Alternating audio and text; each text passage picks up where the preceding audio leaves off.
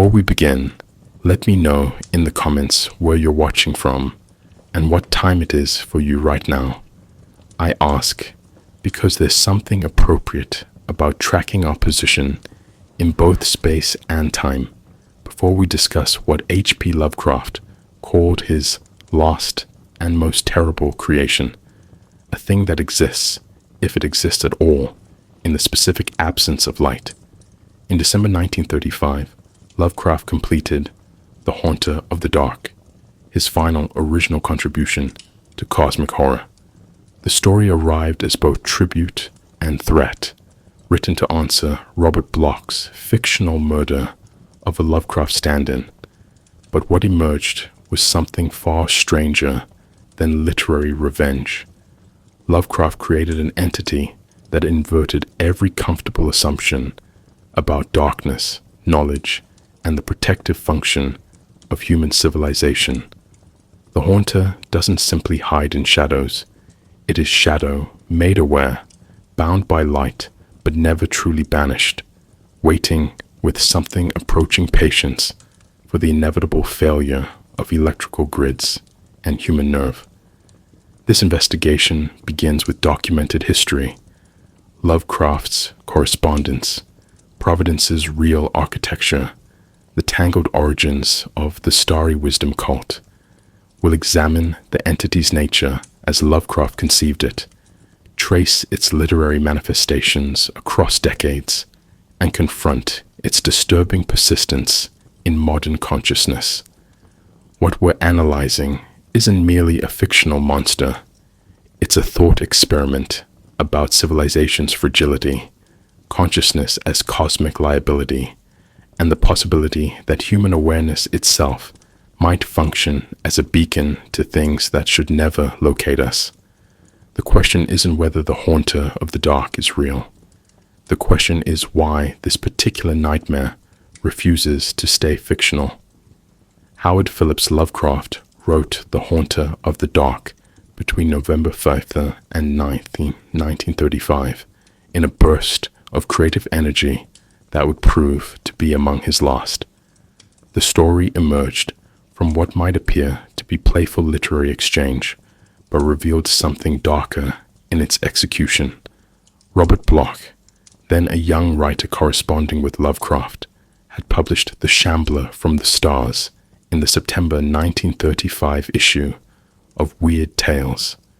That story featured the death of a Lovecraft-like character, an elderly antiquarian killed by the very forces he'd been researching.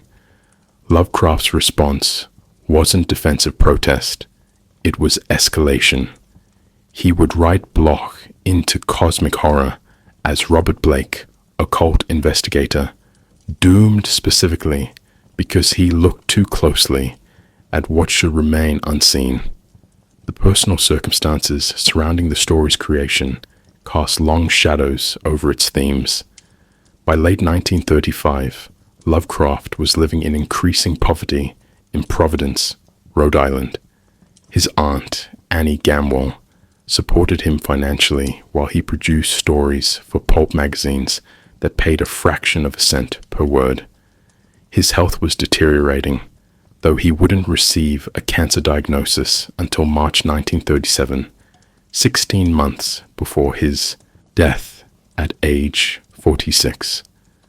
The philosophical pessimism that had always characterized his work deepened into something approaching resignation when he described The Haunter of the Dark in letters as dealing with the really frightful effect of mere darkness.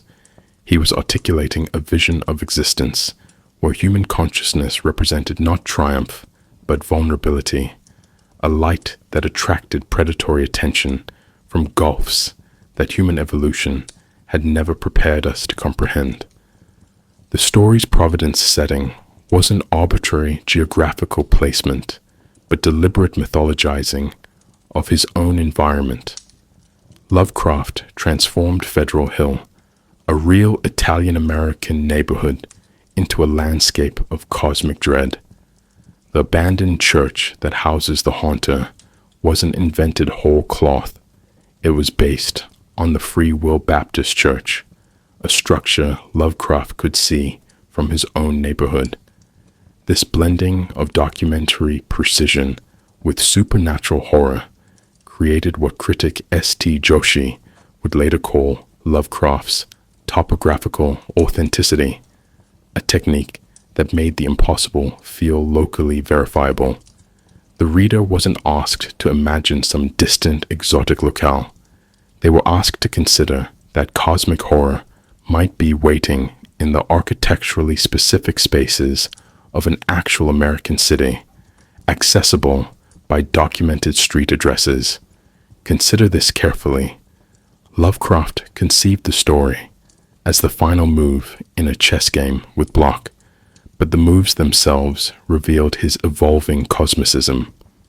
Where earlier stories like The Call of Cthulhu posited sleeping gods waiting to reclaim the earth, The Haunter of the Dark suggested something more insidious, entities already present, already watching, constrained only by the fragile technological infrastructure of electric lighting. The optimism of Edison's age, the promise that humanity had conquered darkness with the flip of a switch, became in Lovecraft's hands a temporary reprieve. What happens when the lights fail? Not if, when. The story treats civilization's electrical grid not as permanent achievement, but as provisional barrier, as certain to fail as any other human construction facing geological time. The Block Lovecraft correspondence reveals another layer of intent.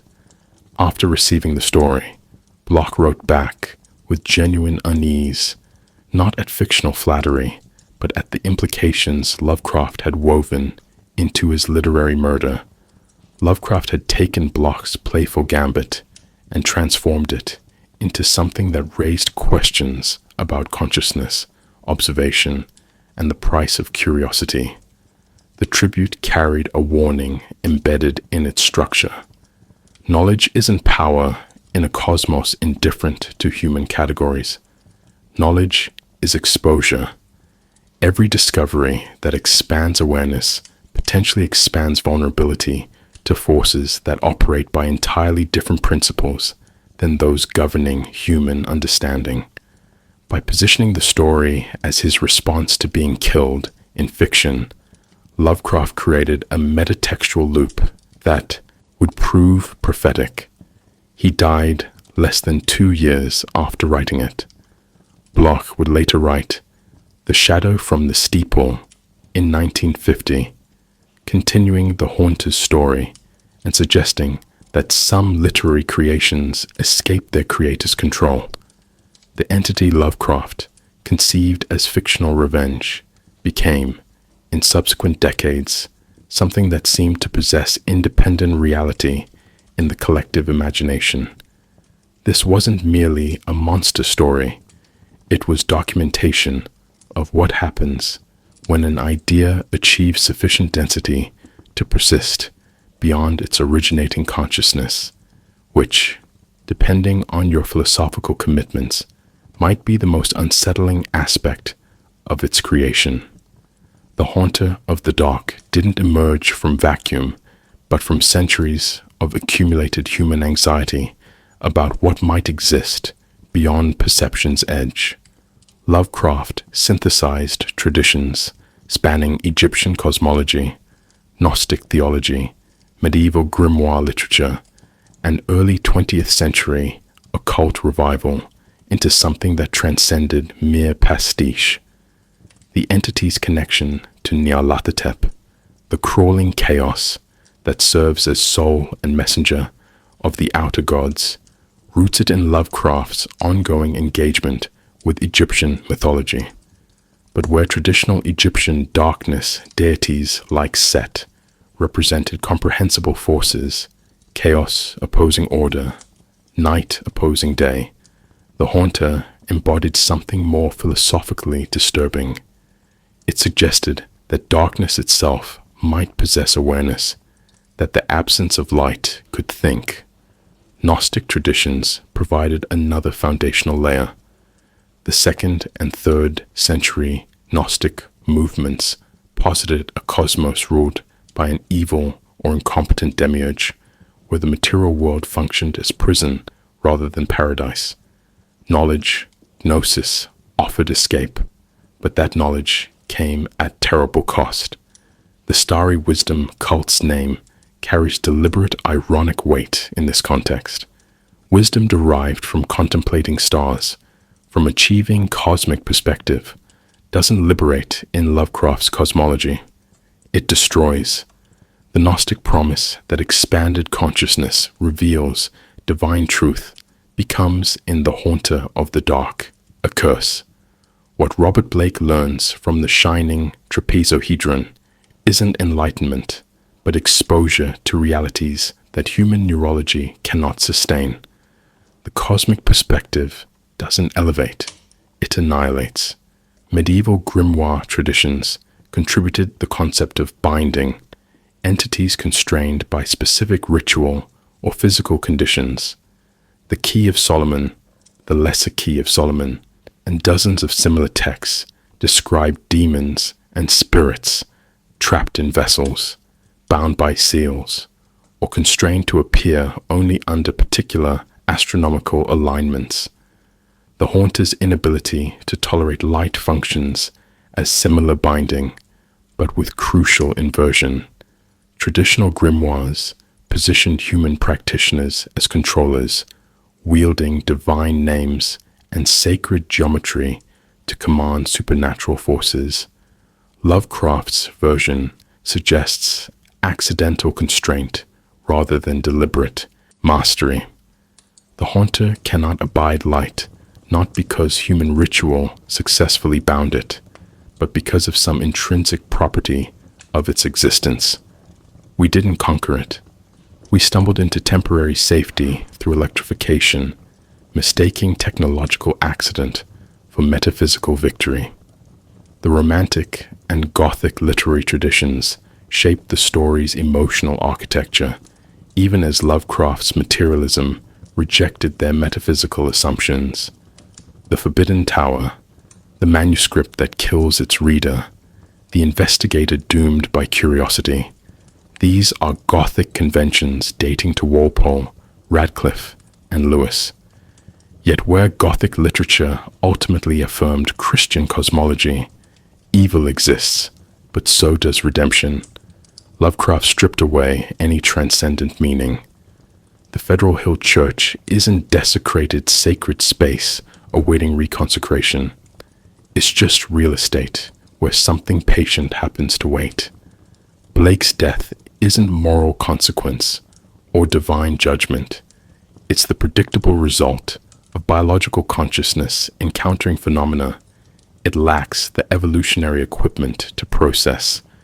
American occult revival movements of the late 19th and early 20th centuries provided immediate cultural context.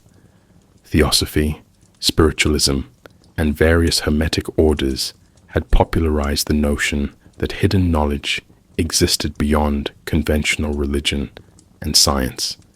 Madame Blavatsky's The Secret Doctrine, 1888, and similar texts propose that ancient wisdom, jealously guarded by initiated adepts, could grant access to higher planes of existence. The Starry Wisdom Church in Lovecraft's story functions as dark parody of these movements. Yes, they possess genuine knowledge. Yes, they achieved contact with entities beyond normal perception. But those entities weren't ascended masters offering spiritual evolution. They were predatory consciousnesses for whom human awareness served as food, or beacon, or both. The occult revival's optimism, that secret knowledge empowers, meets Lovecraft's materialism, that the universe contains no meaning aligned with human flourishing, and produces something genuinely nightmarish. What makes the haunter philosophically distinctive is how it weaponizes consciousness itself. Where traditional supernatural horror positioned humans as victims of external evil, Lovecraft suggested that awareness might be the vulnerability. The more Robert Blake perceives, the more he becomes perceivable. Every expansion of knowledge simultaneously expands exposure. This inverts Enlightenment assumptions about knowledge as inherently beneficial and touches something deeper, the possibility that human consciousness represents cosmic accident rather than cosmic purpose, that the universe might contain truths inimical to minds shaped by evolutionary pressures having nothing to do with ultimate reality. The Haunter doesn't hate humanity. It may not even notice humanity as such. It simply operates according to principles where human distinctions between life and death, sanity and madness, matter and void carry no more weight than human distinctions between colors matter to a blind cave dweller. We exist in its environment, and that existence has consequences we never evolved to survive. The title itself deserves sustained attention. The Haunter of the Dark, rather than Dark Haunter or Thing in Darkness. Lovecraft's grammatical choice transforms darkness from location to domain, from setting to possession. The entity doesn't merely occupy dark spaces, it haunts darkness itself, suggesting ontological relationship rather than coincidental proximity. This construction implies active agency rather than passive existence. Haunting requires intent, or at minimum, persistent presence across time. The Haunter doesn't visit darkness. It dwells there, claims it, perhaps even constitutes it in ways that make distinguishing entity from environment philosophically problematic. The Shining Trapezohedron presents immediate linguistic paradox. A trapezohedron is a specific geometric form, a polyhedron whose faces are congruent trapezoids arranged around parallel opposite edges. Mathematically, such objects exist in Euclidean space with predictable properties, but Lovecraft's version shines with no apparent light source and serves as window to gulfs outside conventional dimensional frameworks. The name itself performs the story's central operation, taking familiar terminology, geometric forms, optical properties, and revealing its inadequacy when confronting phenomena that violate the assumptions making those terms meaningful. Can an object simultaneously possess Euclidean geometric properties and non-Euclidean spatial relationships? If not, what are we actually looking at when we think we're seeing the trapezohedron? The language breaks down before the object does, suggesting that human categorical frameworks may be fundamentally insufficient for describing certain classes of reality. Starry wisdom functions as bitter, ironic inversion. Across centuries, various mystical and scientific traditions positioned stellar observation as path to enlightenment. Astrology, navigation, cosmology, all treating stars as sources of beneficial knowledge. The phrase evokes both biblical wisdom, magi following stars, and enlightenment rationality, mapping cosmos through telescopic observation. But the wisdom gained by the starry wisdom sect destroys rather than elevates. They learned something from contemplating spaces between stars, and that knowledge didn't expand human potential. It contracted it, reducing adherence to worshippers of forces utterly indifferent to worship, seeking contact with entities for whom human distinction between supplicant and prey carries no meaning. The wisdom is starry not because it comes from stars, but because it involves perceiving what exists in the vast darkness stars temporarily interrupt. Robert Blake's name layers multiple literary and mystical resonances. William Blake, 1757-1827, the visionary poet and artist, claimed direct communion with angels and spirits, producing works that merge mysticism with critique of Enlightenment rationalism. His phrase, Dark satanic mills described industrialization's dehumanizing effects, though Blake's darkness was metaphorical oppression rather than literal cosmic threat. Lovecraft's Robert Blake pursues similar visionary knowledge, but encounters something far less compatible with human categories than William Blake's angels. The name suggests both homage and warning. Visionary experience, when taken seriously, when pursued beyond metaphor into literal encounter, may not produce illuminating poetry. It may produce psychotic breakdown indistinguishable from accurate perception of incompatible realities. The three-lobed burning eye represents evolution of ancient evil eye mythology through Lovecraft's materialist lens. Mediterranean and Middle Eastern cultures developed extensive traditions around the evil eye, the malevolent gaze that brings misfortune through envious attention.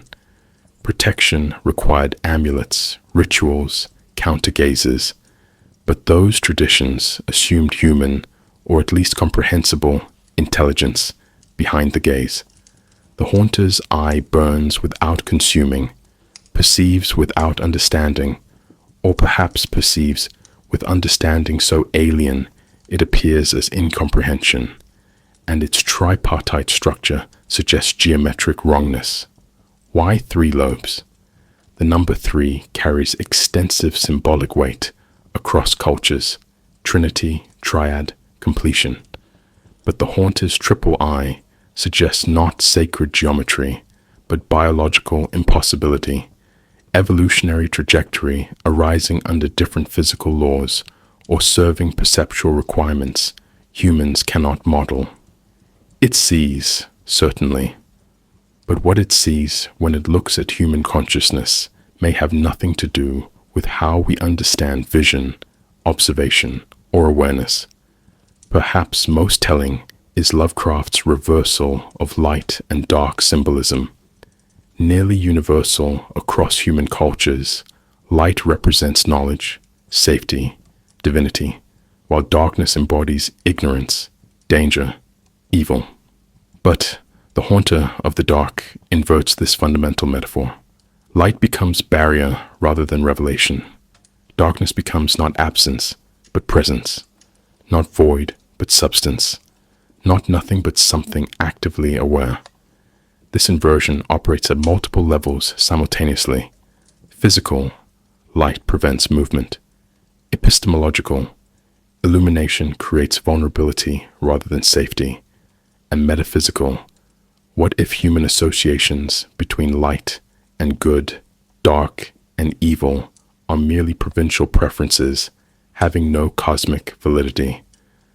The language we use to discuss the story keeps trying to force traditional symbolism back into place, but the text resists.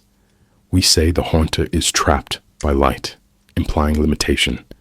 But what if light is simply an environment it finds incompatible, the way humans find hard vacuum incompatible?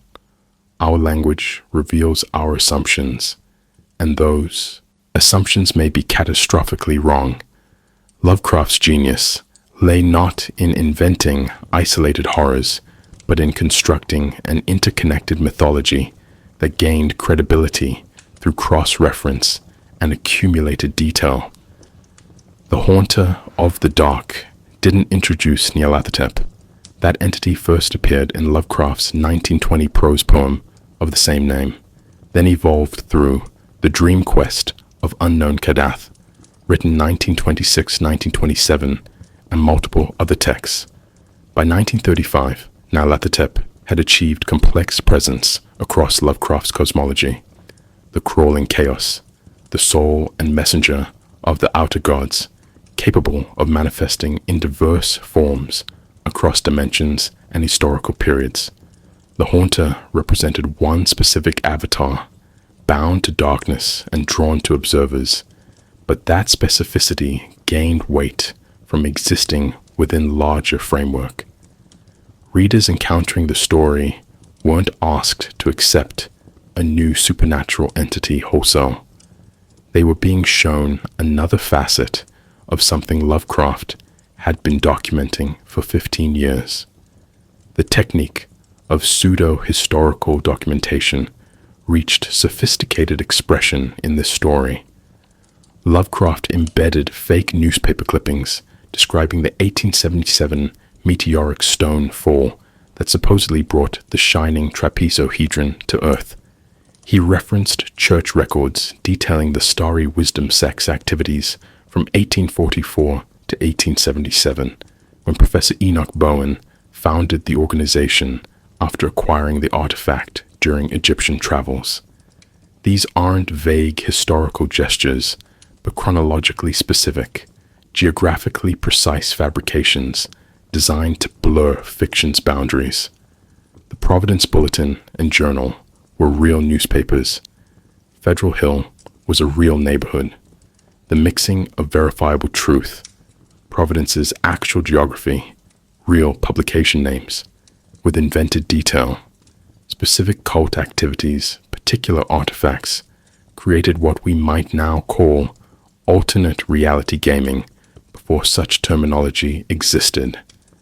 Readers could verify half the references and found themselves wondering about the other half.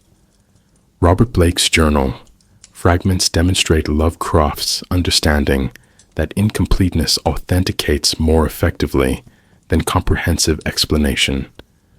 We don't receive Blake's full investigative notes, just excerpts describing his progressive obsession with the Federal Hill Church. We learn he used a telescope to observe the structure from his College Hill boarding house, that he eventually broke into the abandoned building, that he found the sealed box containing the trapezohedron. But the journal becomes increasingly fragmented as Blake's mental state deteriorates, the entries growing more cryptic, the handwriting reportedly more erratic. His final entry, "The thing in the steeple sees me," suggests complete epistemological collapse. This fragmentary structure creates interpretive space. We cannot definitively determine where curiosity ended and madness began, which observations were accurate perception and which were projection. The gaps preserve ambiguity essential to the story's effect. Providence itself functions as character rather than mere backdrop. Lovecraft's intimate knowledge of the city's architecture, topography, and neighborhoods allowed him to embed cosmic horror in documented reality. When Blake observes the Federal Hill Church from his window at 7 College Street, readers familiar with Providence could theoretically trace those sight lines. The church steeple, outlined in black against the sunset, becomes locatable phenomenon, not abstract setting.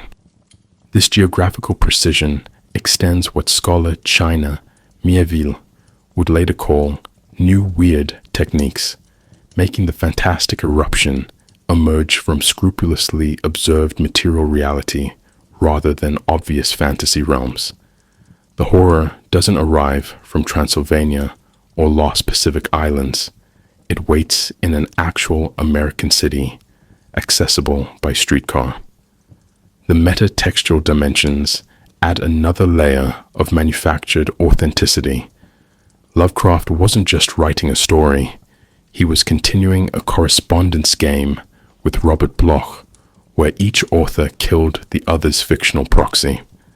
Bloch had published The Shambler from the Stars in Weird Tales, killing off Old Henry, who resembled Lovecraft in every detail except name. Lovecraft's response created Robert Blake, whose initials matched Bloch's and whose writing career paralleled Bloch's own. This wasn't merely playful homage, but creation of fictional feedback loop. After The Haunter of the Dark appeared, Bloch wrote The Shadow from the Steeple, 1950, continuing the narrative and suggesting the haunter had escaped after Blake's death. The entity began accumulating fictional history across multiple authors, multiple decades, as if it possessed independent existence, demanding documentation, rather than authorial invention requiring creation. What distinguishes Lovecraft's myth-building from mere world-building is the deliberate cultivation of uncertainty. Many fantasy writers create detailed mythologies offering comprehensive answers, genealogies of gods, mechanics of magic, histories of civilizations. Lovecraft provided fragments, contradictions, gaps. Different stories offered different versions of cosmic hierarchy. The Necronomicon's contents varied depending on which tale referenced it. This inconsistency wasn't failure of craft, but deliberate strategy. Real mythologies evolve through transmission, accumulate contradictions, exist in multiple competing versions. By refusing definitive systematization, Lovecraft made his inventions feel more like recovered fragments of actual forbidden lore than like coherent fictional construction. The reader's inability to assemble complete picture from available evidence mimics exactly the epistemic situation of occult researchers encountering genuine historical mysteries. The question of whether the haunter is real within the story's logic remains productively unresolved. Did something physically kill Robert Blake during the 1935 electrical storm? Or did he die from heart failure induced by psychological terror? The coroner's report, referenced but never fully detailed, apparently couldn't definitively determine cause of death. Witnesses reported seeing a large bird fleeing the church steeple, but Providence has actual large birds. Blake's window was found shattered from outside, but wind during severe storms can achieve similar effects. Every supernatural detail admits natural explanation, yet the accumulation of coincidences strains credibility. Lovecraft refused to clarify, maintaining ambiguity that forces readers into Blake's epistemic position, confronted with evidence permitting multiple interpretations, unable to achieve certainty, aware that choosing wrong interpretation might have lethal consequences. The myth works precisely because it preserves rather than resolves mystery, because it documents rather than explains, because it suggests that some questions cannot be safely answered regardless of available evidence. The philosophical foundation of the Haunter of the Dark rests on a proposition more disturbing than simple monster narrative. Human consciousness may be fundamentally incompatible with cosmic reality. Lovecraft's materialism, his conviction that mind emerges from matter rather than vice versa, leads to horrifying conclusions when extended to its logical limits. If consciousness is purely material phenomenon, electrochemical activity with no transcendent dimension, then it can be purely consumed, purely annihilated, purely transformed by entities operating according to different material principles. There is no soul to survive the body's destruction, no essential self to persist beyond neurological coherence. What we call identity is fragile pattern maintained by metabolic processes, and patterns can be disrupted, overwritten, or simply observed until they collapse under incompatible attention. This connects to what we might call the anti-anthropic principle. The anthropic principle in cosmology suggests that the universe's physical constants permit life because we exist to observe them. Were they different, we wouldn't be here to ask why they're fine-tuned. Lovecraft inverts this reasoning. The universe's vast dark spaces, its geometric impossibilities, its entities like the Haunter, suggest that human-compatible conditions represent tiny aberrant pockets in cosmos fundamentally hostile to consciousness as we experience it. We aren't evidence of cosmic purpose. were accidents clinging to narrow environmental margins, and beyond those margins wait phenomena our neurology cannot process. The Haunter embodies this anti-anthropic reality, not actively malevolent toward humanity specifically, but operating according to principles where human categories, life, death, sane, mad, real, unreal, carry no ontological weight. Consider the problem of light in the story's logic. For millennia, humans feared darkness because predators hunted at night, because reduced visibility increased danger, because imagination populated unseen spaces with threats. Technology appeared to solve this ancient anxiety. Edison's electric light conquered darkness, extended productive hours, symbolized modernity's triumph over primitive fear. But Lovecraft suggests this victory is provisional illusion. The Haunter cannot tolerate light, not because humanity achieved metaphysical dominance, but because of contingent physical properties. Perhaps photons disrupt its material structure. Perhaps illumination represents toxic environment, the way hard vacuum represents toxic environment for humans. We didn't defeat it. We stumbled into temporary defense based on infrastructure requiring constant energy input, constant maintenance, constant civilization. What happens when the electrical grid fails? Not if, but when.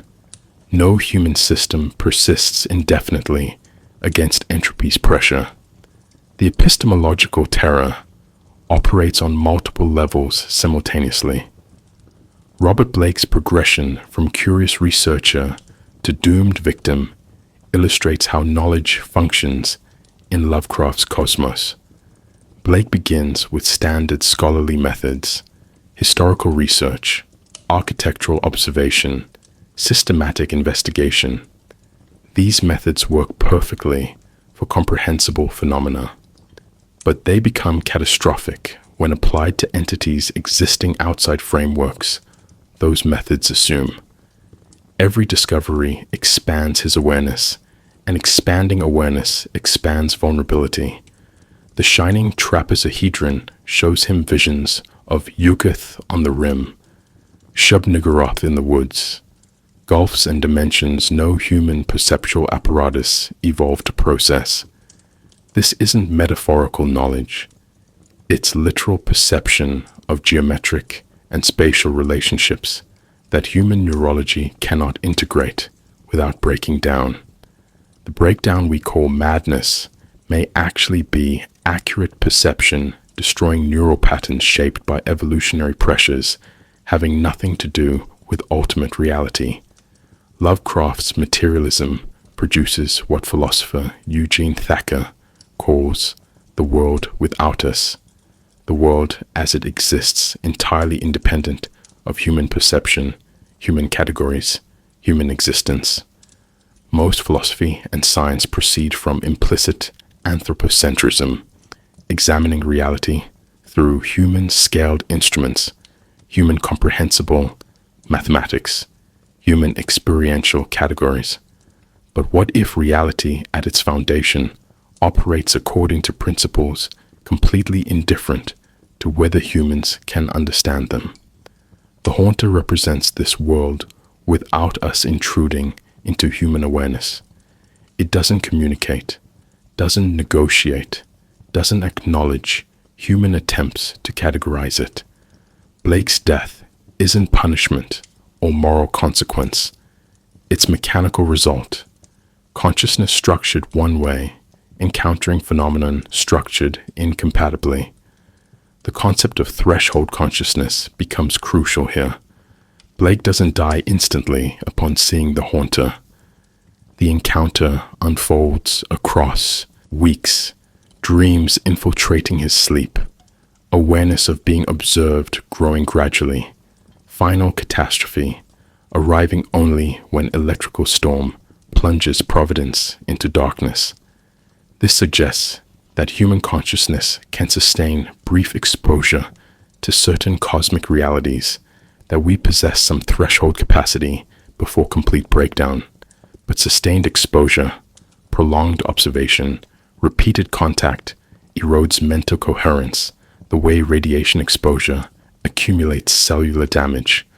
Each dream, each vision, each moment of awareness that something impossible perceives him back degrades Blake's ability to maintain the fiction of a comprehensible universe. By the time darkness falls completely, he's already too aware to survive what's been waiting to approach him. What makes this philosophically distinctive is how it reframes civilization's meaning. Human achievement, agriculture, architecture, science, art, usually gets interpreted as progress, as ascending toward greater truth and capability. Lovecraft suggests the opposite. Civilization is fragile barrier, temporary and local, keeping at bay realities that never left and need only wait for inevitable systemic failure. The lights will go out. The grid will collapse. Entropy guarantees it. And when that happens, what's been patient in the dark will remain, indifferent to the brief interruption human consciousness represented, continuing according to principles we mistook our ignorance of for victory over. The Haunter of the Dark exists in Lovecraft's mythology as specific manifestation of Nyarlathotep, the crawling chaos who serves as soul and messenger of the outer gods. This genealogical connection matters because it positions the entity within hierarchical cosmology, not an independent creature, but an avatar, a form assumed by something vastly more extensive. Nyarlathotep appears throughout Lovecraft's work in radically different manifestations. The tall, swarthy man of the 1920 prose poem, the bloated blasphemy in dream cycles, various cosmic and earthly forms serving different narrative functions. The Haunter represents Nyarlathotep's darkness-bound aspect, constrained to lightless spaces, but possessing terrifying mobility within those constraints. Understanding it requires acknowledging that what Robert Blake encounters isn't the totality of the entity, but one localized expression of consciousness that may simultaneously exist in other forms, other dimensions, other configurations entirely. Physical descriptions in the story accumulate into disturbing composite. Witnesses report a large, vague black form with bat-like wings, though whether these are actual biological structures or human interpretation of movement patterns remains unclear. The three-lobed burning eye stands as most consistent detail. Accounts agree on this feature, even when other descriptions vary. This eye burns with a reddish glow, despite producing no illumination that would qualify as light by normal physics. Perceives, certainly, but what constitutes perception for such an entity? Blake becomes convinced the Haunter sees him specifically, that it tracks his position, that awareness flows bidirectionally. The physical form appears quasi-material, described as smoky or shadowy, yet capable of breaking Blake's window from outside, suggesting properties oscillating between substance and void depending on observational framework, or perhaps simply existing in states human language cannot properly categorize. The behavioral patterns reveal intelligence that may not be intelligence in any recognizable sense. The Haunter cannot tolerate light. This appears as inviolable constraint rather than mere preference.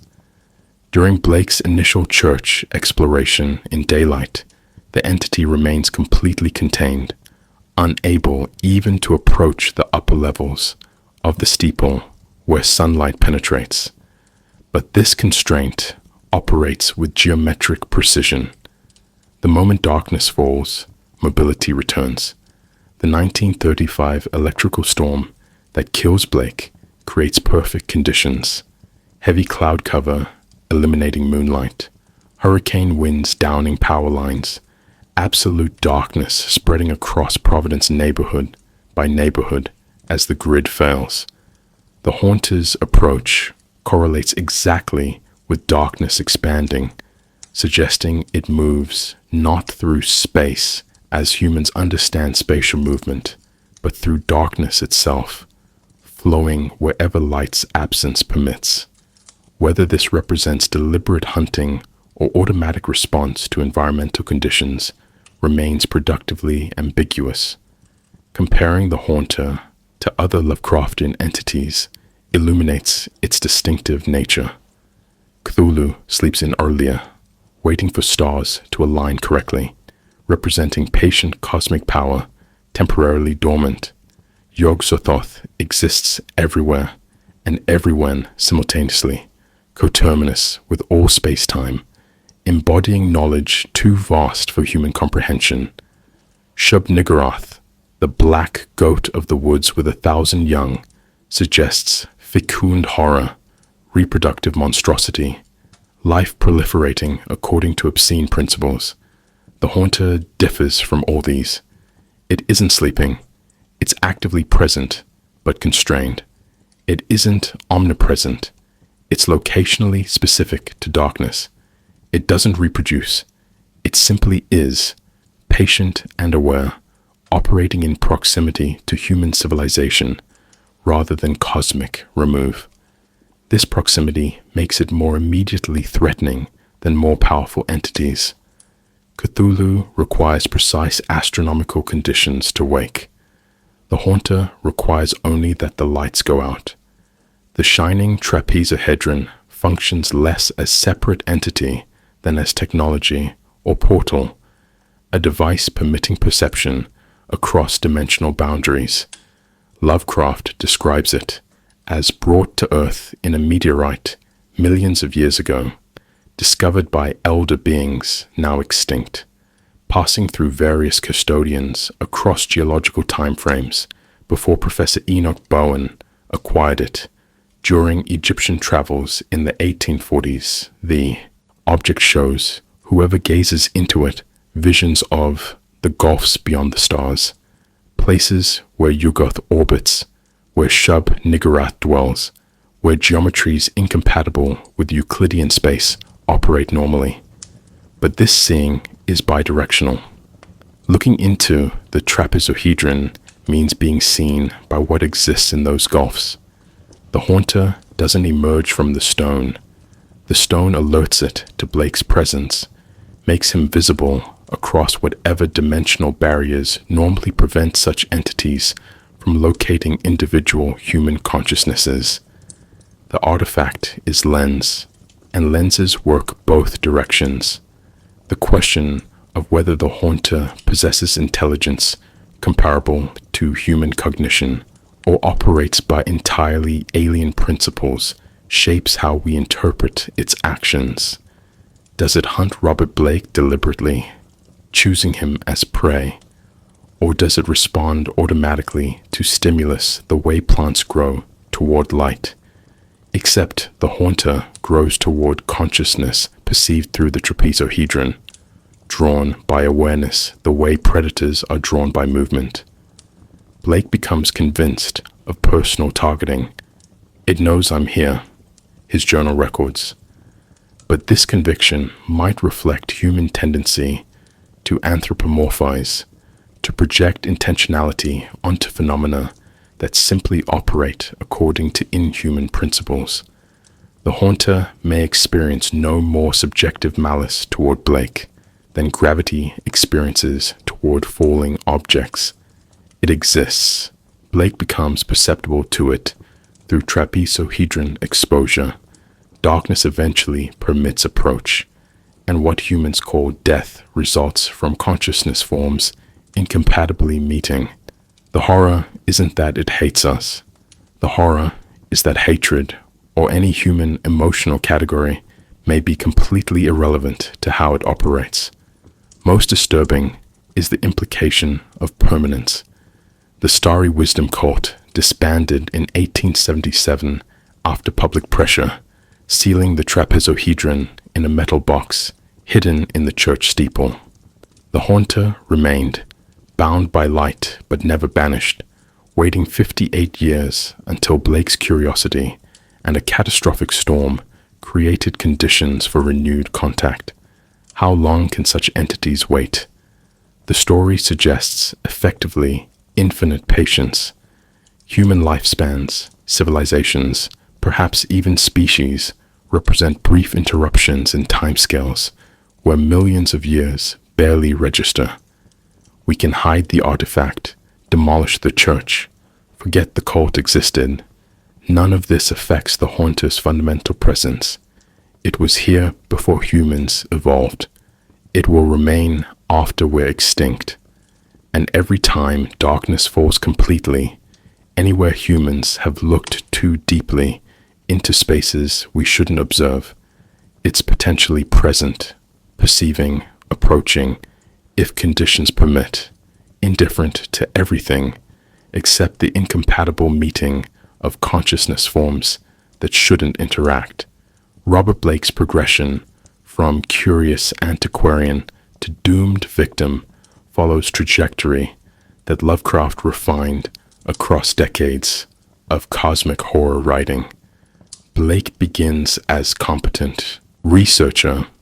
He publishes weird fiction, studies occult history, approaches the Federal Hill Church as fascinating historical puzzle rather than genuine threat. His methodology appears sound: telescope observation from safe distance, historical research into the Starry Wisdom cult, careful documentation of architectural details. This initial phase represents Enlightenment optimism that knowledge can be acquired safely, that observation doesn't fundamentally alter either observer or observed. But every step Blake takes toward understanding simultaneously increases his visibility to what waits in the steeple. The transition from research to obsession occurs gradually, almost imperceptibly, until retrospective analysis reveals no clear moment when scholarly interest became fatal compulsion. The mechanism of contact operates through multiple vectors simultaneously. Blake's telescope observations establish visual connection, but the real contamination occurs when he breaks into the church and opens the sealed metal box containing the Shining Trapezohedron. Lovecraft describes his reaction to the artifact in terms suggesting immediate psychic penetration. A sense of overpowering dread, combined with visions of unnameable vistas. The stone shows him things: Yugoth on the rim, black formless entities, geometries that shouldn't exist in three-dimensional space. But crucially, these visions don't manifest as external hallucinations. Blake perceives them as if remembering something he's always known but suppressed, as if the trapezohedron unlocks rather than implants forbidden knowledge. This suggests the human mind already contains latent capacity to perceive cosmic realities, that our normal consciousness actively filters such perception to maintain functional sanity, and that certain stimuli can catastrophically disable those protective filters. Dreams become invasion vectors as Blake's contact with the trapezohedron deepens. He reports nightmares of being watched by a three-lobed eye, of perspectives from the church steeple, looking down at his own boarding house, of presences that recognize him specifically. The dreams intensify over weeks, progressing from abstract unease to concrete scenarios where he perceives the world from the haunter's perspective, seeing Providence from above, experiencing his own bedroom as target of observation, understanding that something patient and aware has located him. This dream infiltration represents what Lovecraft elsewhere calls the invasion of the waking world by the dream world, a blurring of ontological boundaries where sleep no longer provides refuge from waking terrors, because the terrors originate in dimensions where waking and sleeping represent equally permeable states. Madness, in Lovecraft's cosmology, doesn't function as simple psychological breakdown, but as expanded perception destroying adaptive ignorance. When Blake's landlord and other witnesses describe his deteriorating condition, they note symptoms conventional psychiatry would classify as paranoid psychosis, conviction of being watched, claims of seeing impossible things, progressive social withdrawal, final complete break during the electrical storm. But the story's structure forces readers to consider whether Blake's madness represents accurate perception of reality incompatible with human neurology. He claims something in the church steeple watches him. After his death, witnesses report seeing a large dark shape fleeing that steeple. His window is shattered from outside during the storm. The evidence permits dual interpretation. Either Blake accurately perceived genuine threat and died from contact with incompatible entity, or he descended into delusional psychosis and died from cardiac failure induced by terror. Lovecraft refuses to definitively resolve this ambiguity. The witnesses occupy crucial structural position. Blake's landlord notices his increasingly haggard appearance, his obsessive watching of the Federal Hill Church, his agitation during electrical storms. Friends report his feverish interest in darkness-related mythology, his collection of newspaper clippings about unexplained deaths, but none of them perceive the haunter directly until the final storm. And even then, descriptions remain vague. A large, dark bird, something flying from the steeple. The testimonies corroborate Blake's claims just enough to prevent dismissing everything as hallucination while providing insufficient detail to confirm supernatural explanation. This technique mirrors real-world pattern of extraordinary claims. Witnesses agree something happened. Physical evidence suggests anomaly, but definitive proof remains elusive. We're left in Blake's epistemic position, confronted with data permitting multiple interpretations, unable to achieve certainty, aware that choosing wrong interpretation might have lethal consequences. Blake's physical death presents as much mystery as his psychological deterioration. The body is found near the shattered window, face twisted in an expression of utter cosmic fear. The coroner's report, referenced but never fully detailed, apparently cannot definitively establish cause of death. Heart failure seems likely, but whether induced by shock or by something physically traumatic remains unclear. Lovecraft includes suggestive detail, marks on the throat that might be fingers or might be wind-driven debris, unusual rigor mortis, suggesting death occurred under extraordinary circumstances, the window glass scattered inward despite witnesses reporting the shape fleeing outward. Each piece of evidence admits natural explanation while their accumulation strains credibility. Did the haunter physically kill Blake, or did he die from terror upon perceiving it approaching through darkness? The distinction may be meaningless. If consciousness confronting incompatible reality produces death, whether mechanical or psychological mechanisms cause cardiac arrest becomes philosophical quibbling. The contagion model emerges from Lovecraft's treatment of forbidden knowledge as infectious hazard. Blake dies, but his investigations persist through documents, through the Trapezohedron's continued existence, through witnesses now aware that something unexplained happened. The story's frame narrator, implied to be Lovecraft himself, has assembled these documents, interviewed witnesses, examined evidence.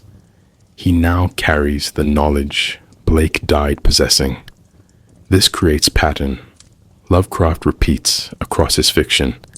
The investigator dies, but the investigation continues, each subsequent researcher acquiring the same dangerous knowledge, potentially facing the same fate. Robert Bloch's 1950 sequel, The Shadow from the Steeple, extends this contagion, suggesting the haunter remained active after Blake's death, that destroying the trapezohedron didn't banish the entity, that Providence itself became contaminated by what occurred. Knowledge functions like radiation exposure. Brief contact may be survivable, but accumulated dose eventually reaches lethal threshold. And unlike radiation, knowledge cannot be physically shielded against.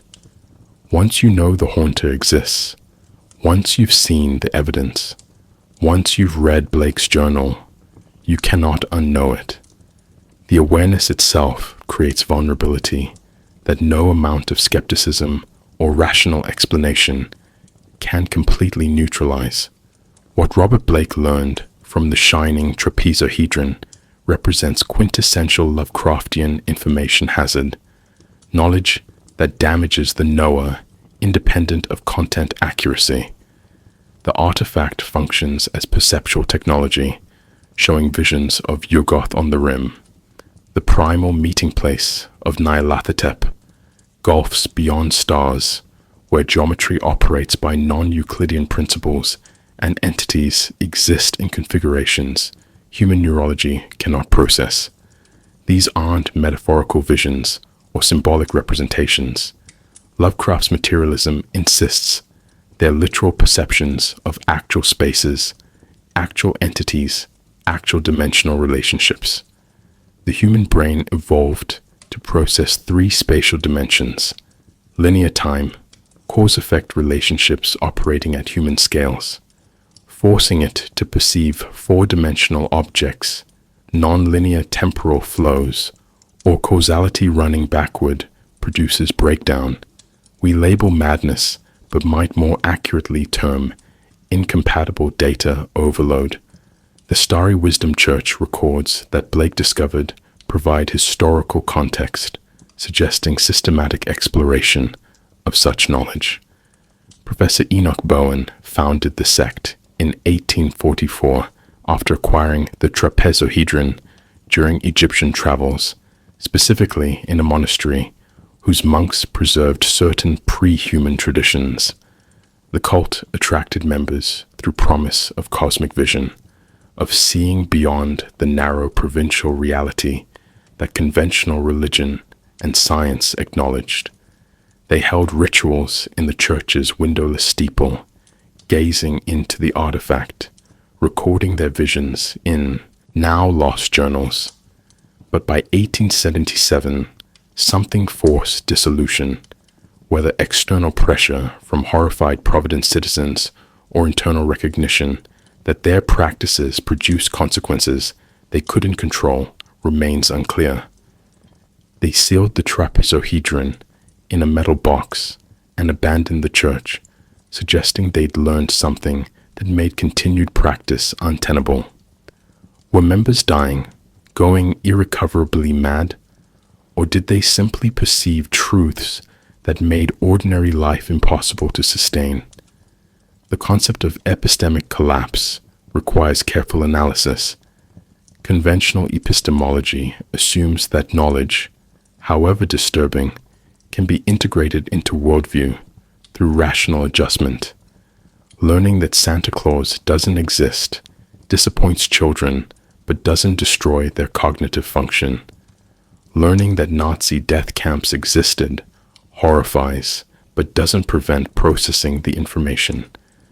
But Lovecraft posits categories of truth that human consciousness cannot integrate without fundamental breakdown. These aren't just emotionally unbearable facts. They're conceptually impossible facts. Truths whose validity depends on frameworks, contradicting frameworks necessary for human cognition.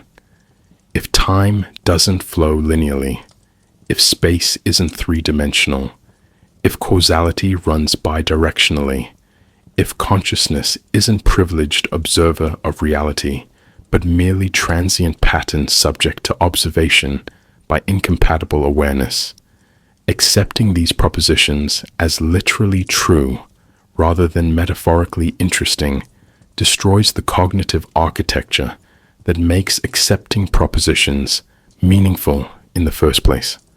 Blake's journal entries chart this collapse with disturbing precision. Early entries maintain standard scholarly tone. The church appears to date from 1844.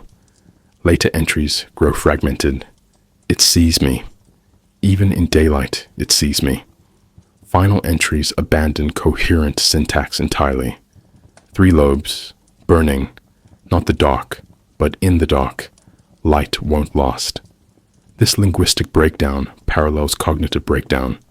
Language requires shared categories, agreed upon reference, stable subject-object relationships.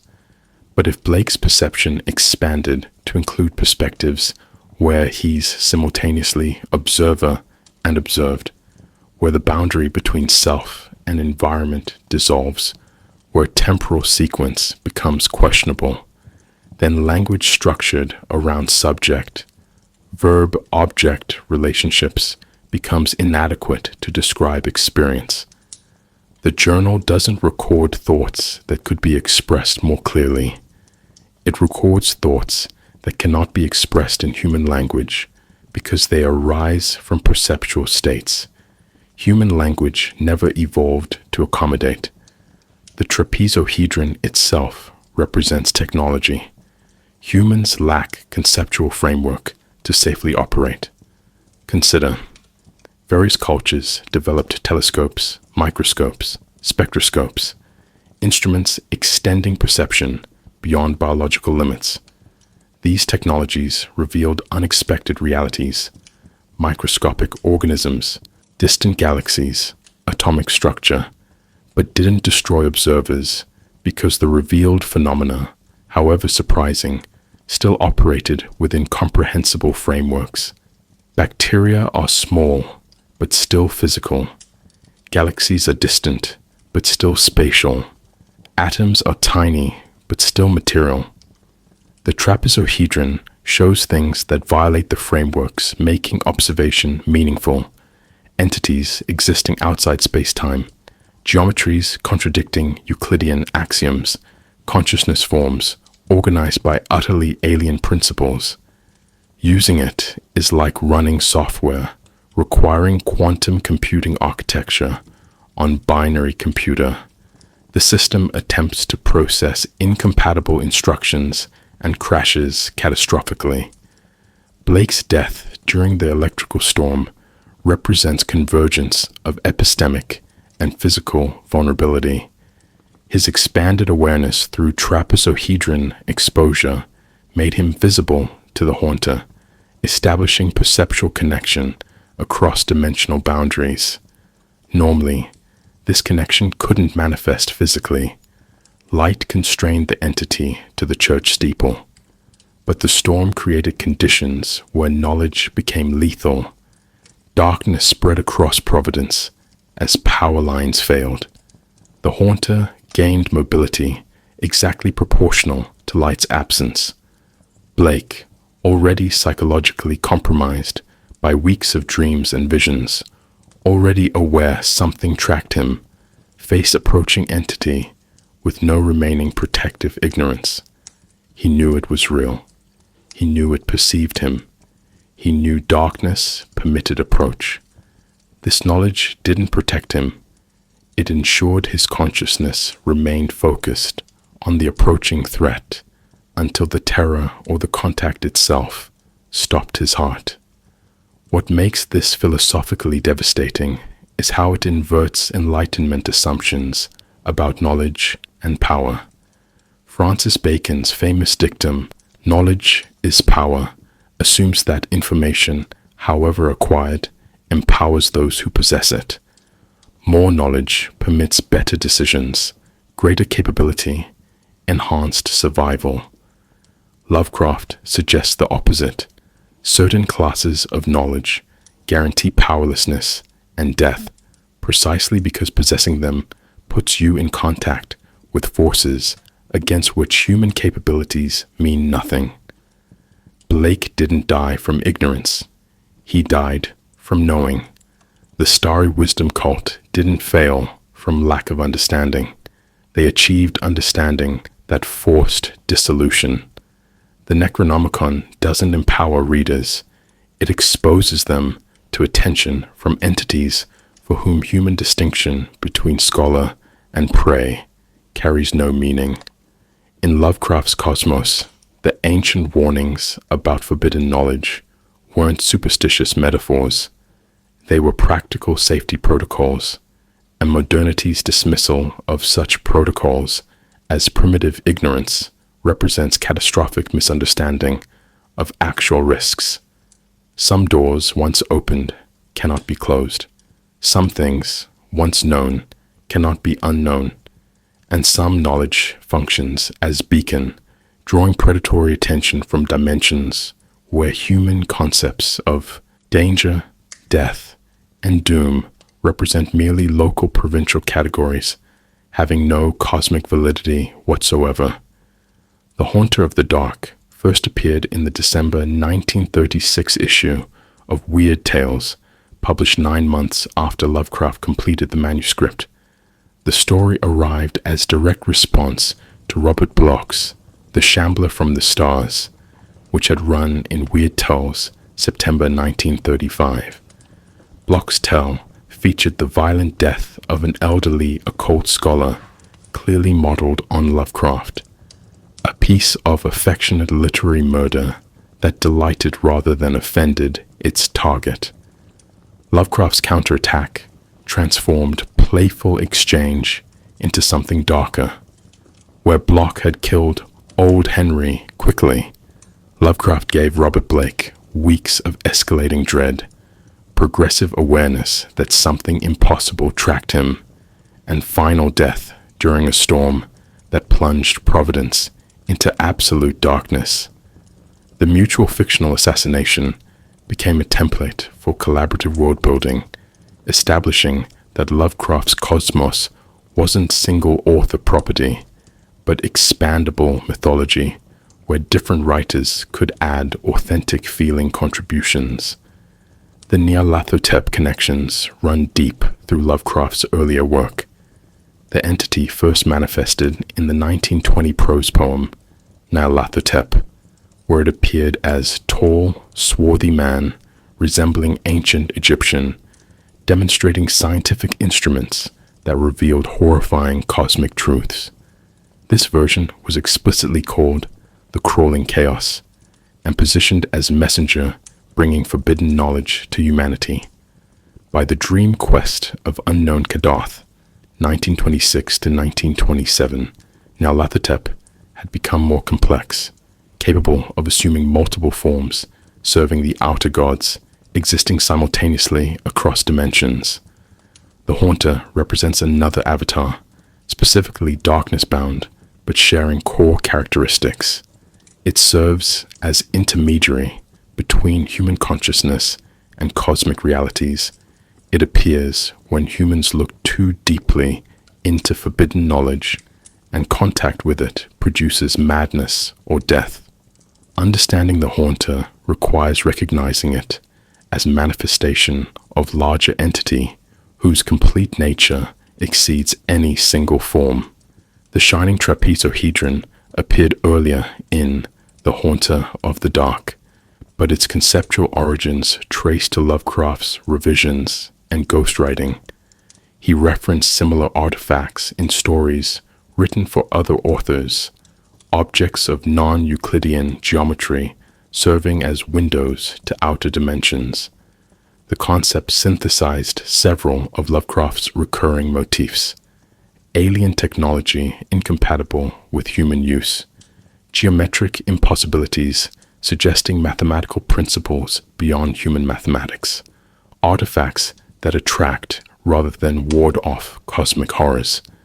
The trapezohedron specifically gets described as shining with no visible light source, an object that appears as smooth black surface until gazed into.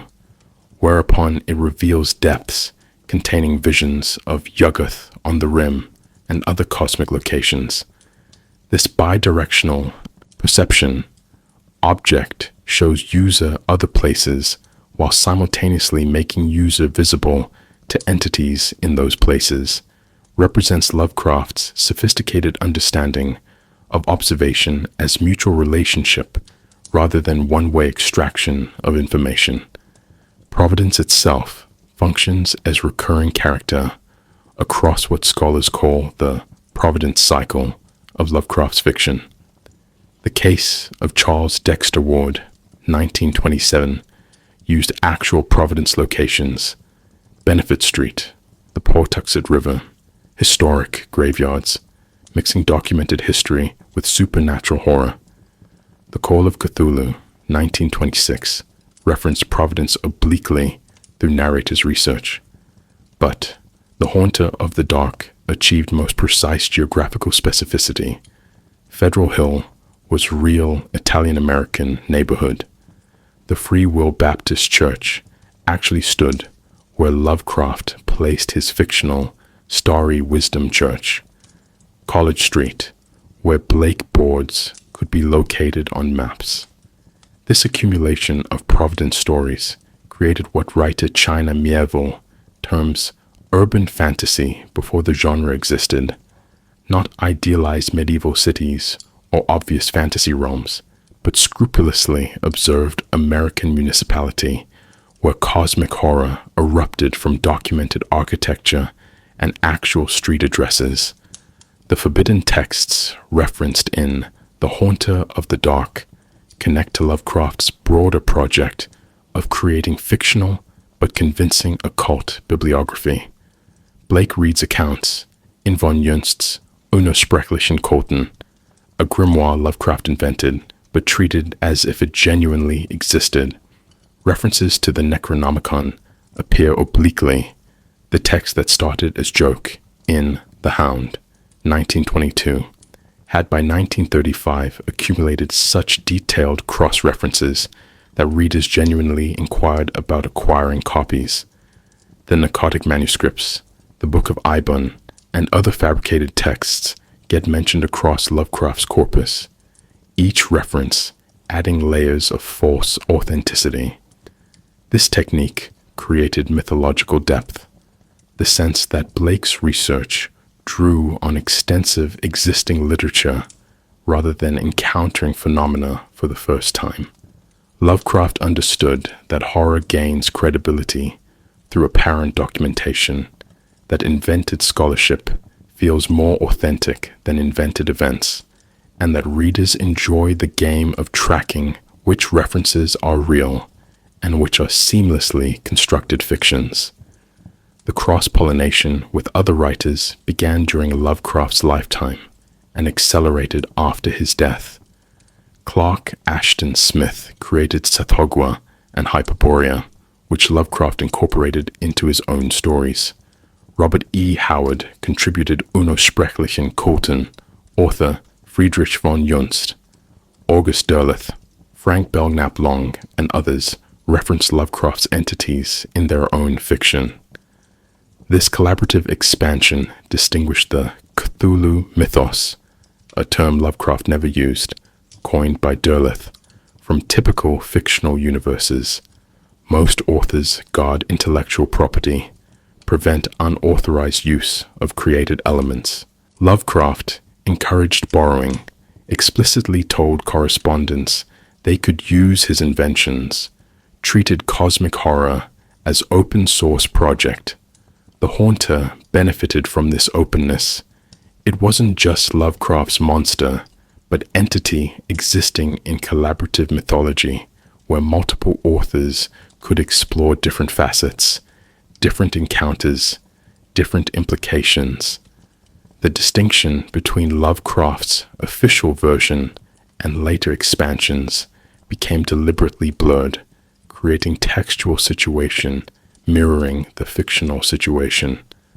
Multiple fragmentary accounts of something too large for single perspective to encompass, requiring synthesis of contradictory testimonies to approach comprehensive understanding. The narrative structure of The Haunter of the Dark operates through deliberate fragmentation, assembling story from multiple documents rather than presenting unified account.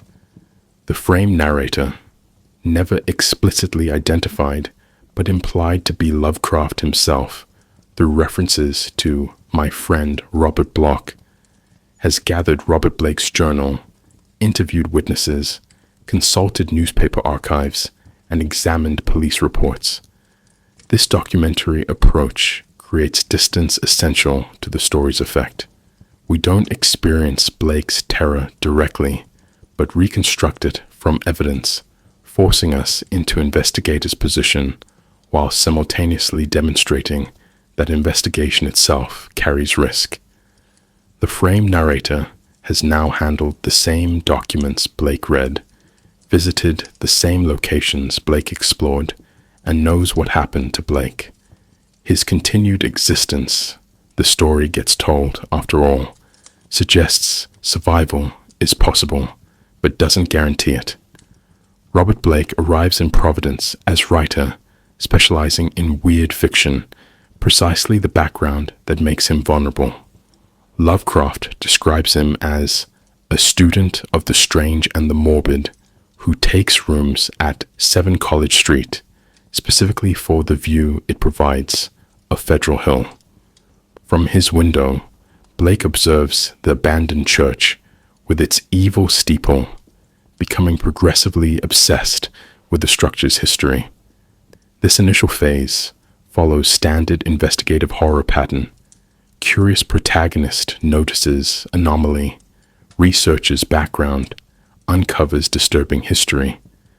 Blake learns the church housed the Starry Wisdom sect from 1844 to 1877, that Professor Enoch Bowen founded the cult after acquiring mysterious artifact in Egypt, that neighbors reported strange lights and unexplained disappearances before public pressure forced dissolution.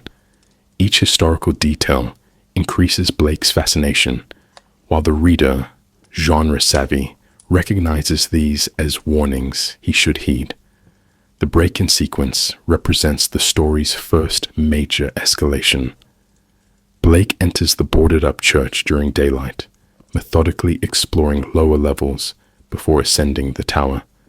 Lovecraft's architectural descriptions achieve remarkable specificity. The dust lay thick. Plaster had fallen in great chunks. A narrow spiral staircase leading upward.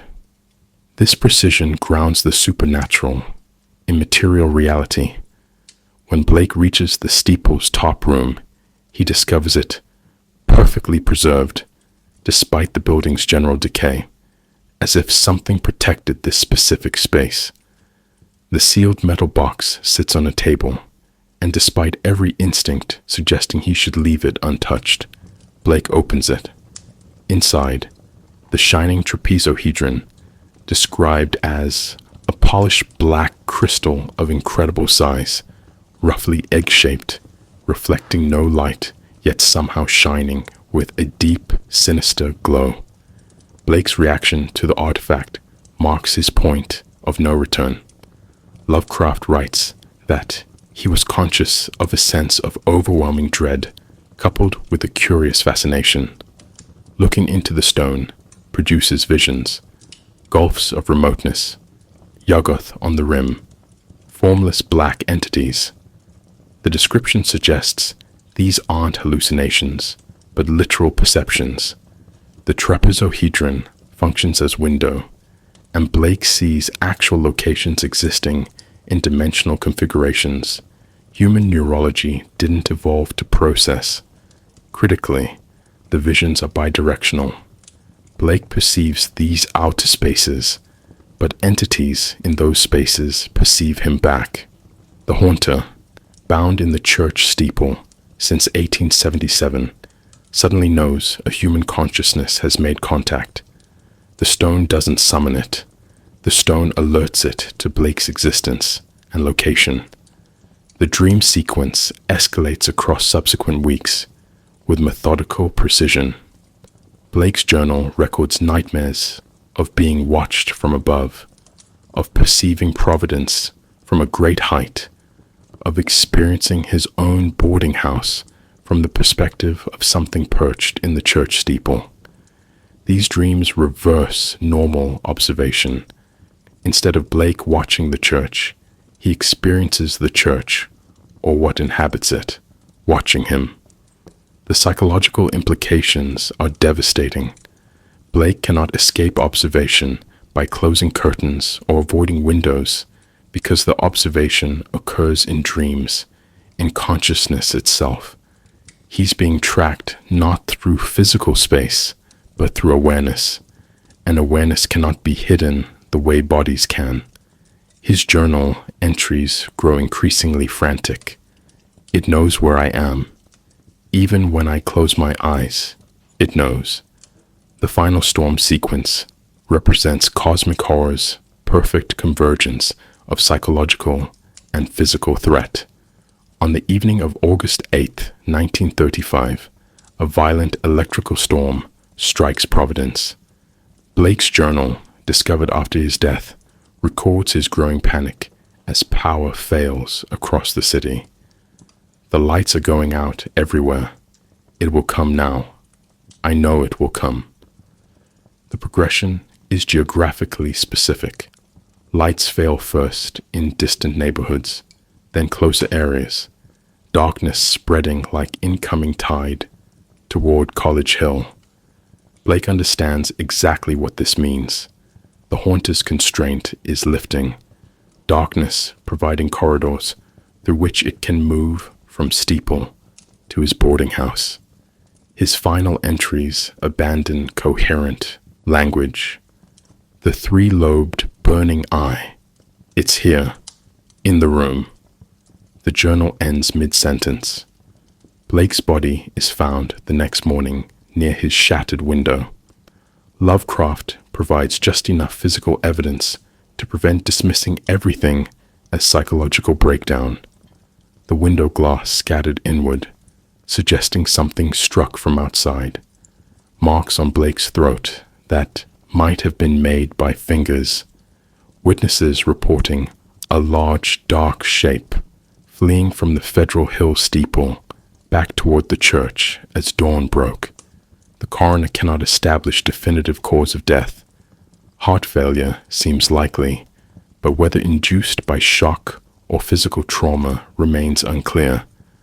Most disturbing, Blake's face is frozen in an expression of utter cosmic fear, suggesting his final perception involved something human, features evolved no capacity to register. The ambiguity preserves horror's effectiveness. Did something physically kill him, or did he die from perceiving it approaching? The distinction matters less than the fact that knowledge, looking into the trapezohedron, learning the haunter existed, becoming visible to it, transformed from empowerment to death sentence, the moment conditions permitted entity to approach its now aware observer. Robert Bloch's The Shadow from the Steeple, published in 1950, represents both sequel and meta-commentary on Lovecraft's work. 15 years had passed since the Haunter of the Dark, and Lovecraft himself had died in March 1937. Bloch's continuation transforms the playful literary exchange into elegy, acknowledging his mentor's death while suggesting the entities they'd invented possessed disturbing persistence beyond their creators' lives. The story opens with explicit reference to the earlier tale. Robert Blake is dead, but the haunter is not. This declarative statement establishes premise that Blake's death didn't resolve the threat, that sealing the trapezohedron and avoiding the Federal Hill Church provide no genuine safety, that the entity remains active and aware in Providence's darkness. Edmund Fisk serves as new investigator, a Blake analog who arrives in Providence specifically to research his predecessor's mysterious death. Where Blake stumbled into danger through architectural curiosity, Fisk deliberately seeks it through morbid scholarly interest. He's writing a book about supernatural phenomena in New England, positioning Blake's death as potential case study. This metatextual framing is pure Bloch. Fisk mirrors real-world weird fiction writers researching Lovecraft stories, investigating Providence locations, attempting to separate fact from fiction. The character becomes avatar for readers who followed the Haunter's trail through multiple texts, and his fate suggests research itself creates vulnerability. You cannot study cosmic horror from safe distance, because the act of studying, of achieving genuine understanding, eliminates the distance that made safety possible. Escalation Block introduces shifts tone significantly from Lovecraft's original, where the Haunter of the Dark maintained ambiguity about whether the entity physically manifested or existed primarily as psychological phenomenon. Bloch makes it explicitly active. The Haunter no longer waits passively for darkness. It hunts. Fisk discovers that Blake's death was merely first in a series of mysterious fatalities across Providence, during electrical storms, during blackouts, during any prolonged darkness. Deaths occur with suspicious patterns, victims found near windows, expressions of terror, no clear cause. The entity has apparently learned from its encounter with Blake, developed or revealed capacity for mobility beyond the church steeple, spread its hunting range across the entire city.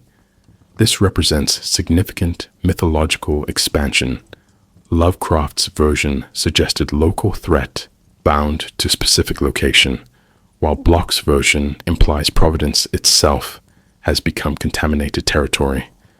Bloch's treatment of the Shining Trapezohedron introduces crucial complication. Fisk learns the artifact was supposedly destroyed after Blake's death.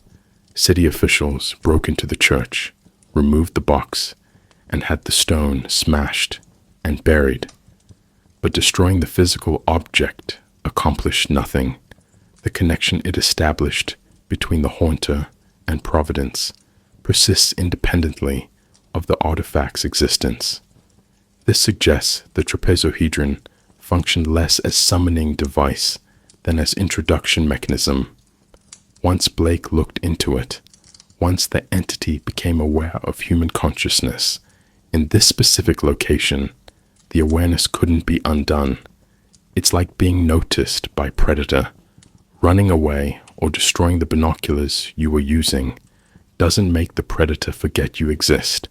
The Haunter now knows Providence contains vulnerable consciousness, and it returns during darkness the way predators return to hunting grounds that previously yielded prey. The climactic confrontation Bloch constructs differs markedly from Lovecraft's ambiguous ending. Fisk doesn't merely witness the Haunter, he attempts to fight it, using electric searchlights as weapons, trying to force it back into the church steeple through concentrated illumination.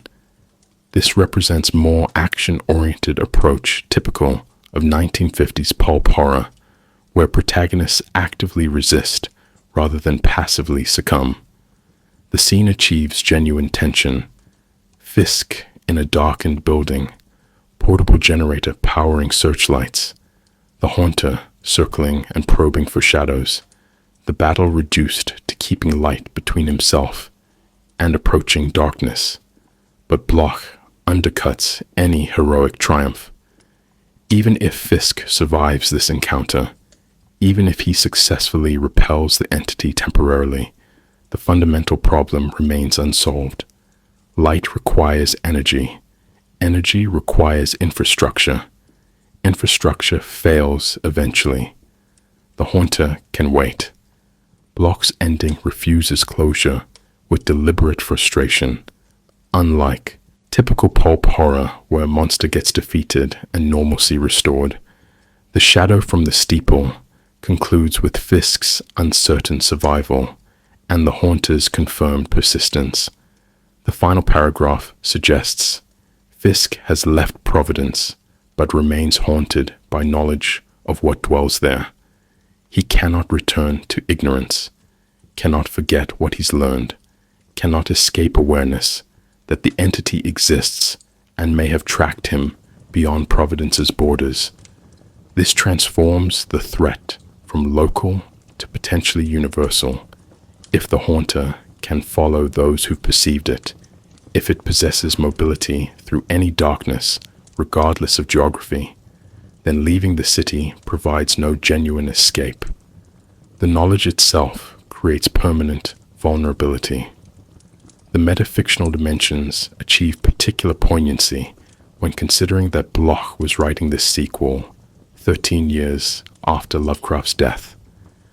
The dedication to HPL explicitly frames the story as memorial, suggesting that continuing Lovecraft's creations honors his memory. But there's darker implication.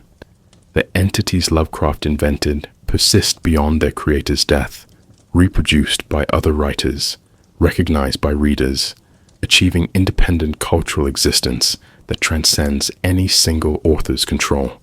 Bloch treats this as simultaneously tribute and warning. Yes, Lovecraft's imagination created lasting mythology, but mythologies, once established, operate according to their own logic. The haunter exists now in collective imagination, summoned whenever someone reads these stories, perceives the Federal Hill Church, considers what might dwell in darkness. Lovecraft died, but what he documented, whether he created it or merely recognized it first, remains active, waiting for the lights to fail, patient in gulfs where human distinctions between fiction and reality, living and dead, creator and created carry no more weight than any other provincial human category attempting to organize cosmos, fundamentally indifferent to our organizational schemes. August Derleth's treatment of the haunter exemplifies both preservation and problematic systematization of Lovecraft's work. As Lovecraft's literary executor, Derleth spent decades publishing posthumous collaborations, completing fragmentary stories, and organizing what he termed the Cthulhu Mythos into coherent cosmology. His approach imposed structure Lovecraft deliberately avoided, categorizing entities as good outer gods versus evil great old ones, creating elemental alignments, suggesting cosmic battle between order and chaos. The haunter, in Derleth's framework, became clearly demonic avatar of Nyarlathotep, aligned with darkness element, opposed to light-associated benevolent forces. This Christianized interpretation flattened Lovecraft's more disturbing philosophical ambiguity, where Lovecraft suggested indifferent cosmos containing entities humans cannot categorize as good or evil. Derleth provided moral clarity that made stories more conventionally comprehensible, but philosophically less unsettling. Later, mythos contributors approached the entity with varying degrees of fidelity to Lovecraft's vision. Ramsey Campbell, in his early work collected in The Inhabitant of the Lake, 1964, referenced the haunter as established mythology, but maintained ambiguity about its nature. Lynn Carter's Zothic legend cycle incorporated it into elaborate pseudo-historical timelines spanning millions of years. These expansions created a curious situation. The haunter accumulated fictional history from multiple authors, each adding details, contradicting previous accounts, treating it as phenomenon requiring documentation rather than invention requiring creation. The entity became what folklorists call ostensive legend, fiction that people treat as if real enough to require investigation, producing documentation that blurs boundaries between creative writing and scholarly research. The Call of Cthulhu role-playing game, first published by Chaosium in 1981, transformed the Haunter from literary entity into interactive threat. Game statistics quantified what Lovecraft deliberately kept vague. The creature has specific hit points, defined attack patterns, measurable resistance to light. The game's alone, against the dark solo scenario, places players in Robert Blake's position, making choices that lead toward or away from fatal encounter. But gamification created unexpected effect. By making the Haunter defeatable, difficult, but possible through clever tactics and lucky dice rolls, the game undermined cosmic horror's fundamental premise. Lovecraft's entities represent forces humans cannot meaningfully oppose. Gaming requires opposition be possible, even if improbable. This tension between horror, literature's philosophy, and gaming's mechanical requirements produces strange hybrid where players simultaneously know the Haunter embodies incomprehensible cosmic reality and know that rolling high numbers on 20-sided dice can temporarily banish it. Video game implementations further complicated the entity's cultural presence. Call of Cthulhu, Dark Corners of the Earth, 2005, included Federal Hill Church as explorable location, visualizing the architecture Lovecraft described. Players navigate darkened corridors, encounter cultists, potentially glimpse the Haunter as three-dimensional rendered model. But visual representation necessarily reduces mystery. Seeing specific design choices, how many wings, exact shape of burning eye, texture of smoky substance, answers questions Lovecraft's prose deliberately left open. From Software's Bloodborne 2015, while never explicitly naming Lovecraft, created entities clearly influenced by cosmic horror aesthetics. Darkness-dwelling beings with too many eyes, insight mechanics where expanded awareness increases vulnerability, environments suggesting non-Euclidean geometry. These adaptations preserved philosophical core better than literal translations by focusing on experiential effect rather than canon compliance. Academic appropriation of the Haunter reflects weird fiction's journey from pulp disrepute to legitimate literary study.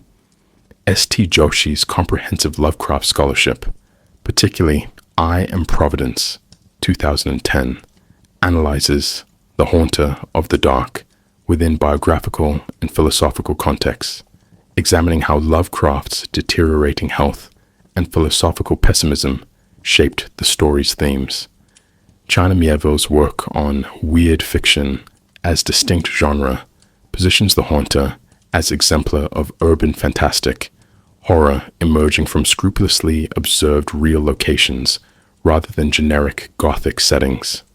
Eugene Thacker's In the Dust of This Planet, 2011, uses Lovecraft generally, and the Haunter specifically, to explore philosophical concepts of the world without us, reality existing independent of human perception. These academic treatments legitimize cosmic horror as serious philosophical literature while potentially domesticating it through explication. Explaining the Haunter's symbolic function may enhance intellectual understanding while diminishing visceral dread. Musical adaptations span multiple genres and approaches. Heavy metal bands like Metallica reference Lovecraft mythology explicitly. The Call of Cthulhu, deliberately misspelled, became instrumental epic evoking cosmic dread through musical structure. Dark ambient artists like Atrium Carcery and Cryochamber created albums specifically inspired by the Haunter, using drone sounds, field recordings, and minimal melody to evoke darkness as presence rather than darkness as absence. The H.P. Lovecraft Historical Society produced audio drama adaptations attempting period-accurate 1930s radio play aesthetics. Each medium transforms the entity differently. Visual media must show something, reducing ambiguity. Audio media can preserve uncertainty about exact appearance while using sound design to suggest presence. Written expansions must choose between Lovecraft's restraint and modern readers' expectations for explicit detail. The internet age spawned entirely new categories of haunter-related content. Creepypasta communities produce pseudo-documentary accounts of Providence visits, photographic evidence of the Federal Hill Church, elaborate hoaxes claiming to locate the actual Shining Trapezohedron. YouTube channels dedicated to Lovecraft lore treat the haunter as if it requires investigation rather than invention, parsing textual details with scholarly rigor typically reserved for historical events. Some occultist groups, operating in spaces between irony and genuine belief, claim to practice starry wisdom teachings, creating rituals based on Lovecraft's fragmentary descriptions. This produces curious cultural phenomenon, fiction treated seriously enough that treating it as fiction feels reductive, mythology that people engage with as mythology, knowing it's invented, while simultaneously exploring as if it might contain truth their rational minds cannot accommodate.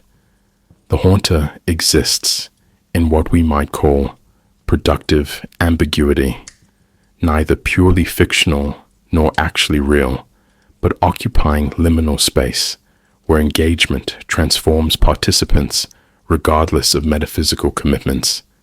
You don't need to believe the haunter exists in Providence to find yourself unsettled during power outages, glancing at darkness differently, aware that Lovecraft's vision has altered your relationship with night itself in ways that persist, independent of whether you consider his entities literal or literary threats. The Free Will Baptist Church building still stands on Federal Hill, though it's being converted to residential and commercial use. This architectural persistence creates a peculiar situation where Lovecraft's fictional setting remains physically accessible, inviting pilgrimage from readers who want to stand where Robert Blake supposedly died.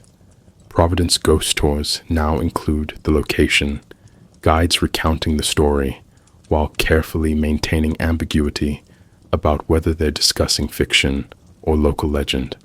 The building's real history, actual Baptist congregation, actual 1877 abandonment, though for mundane reasons having nothing to do with cosmic horror, blends seamlessly with Lovecraft's fabrications.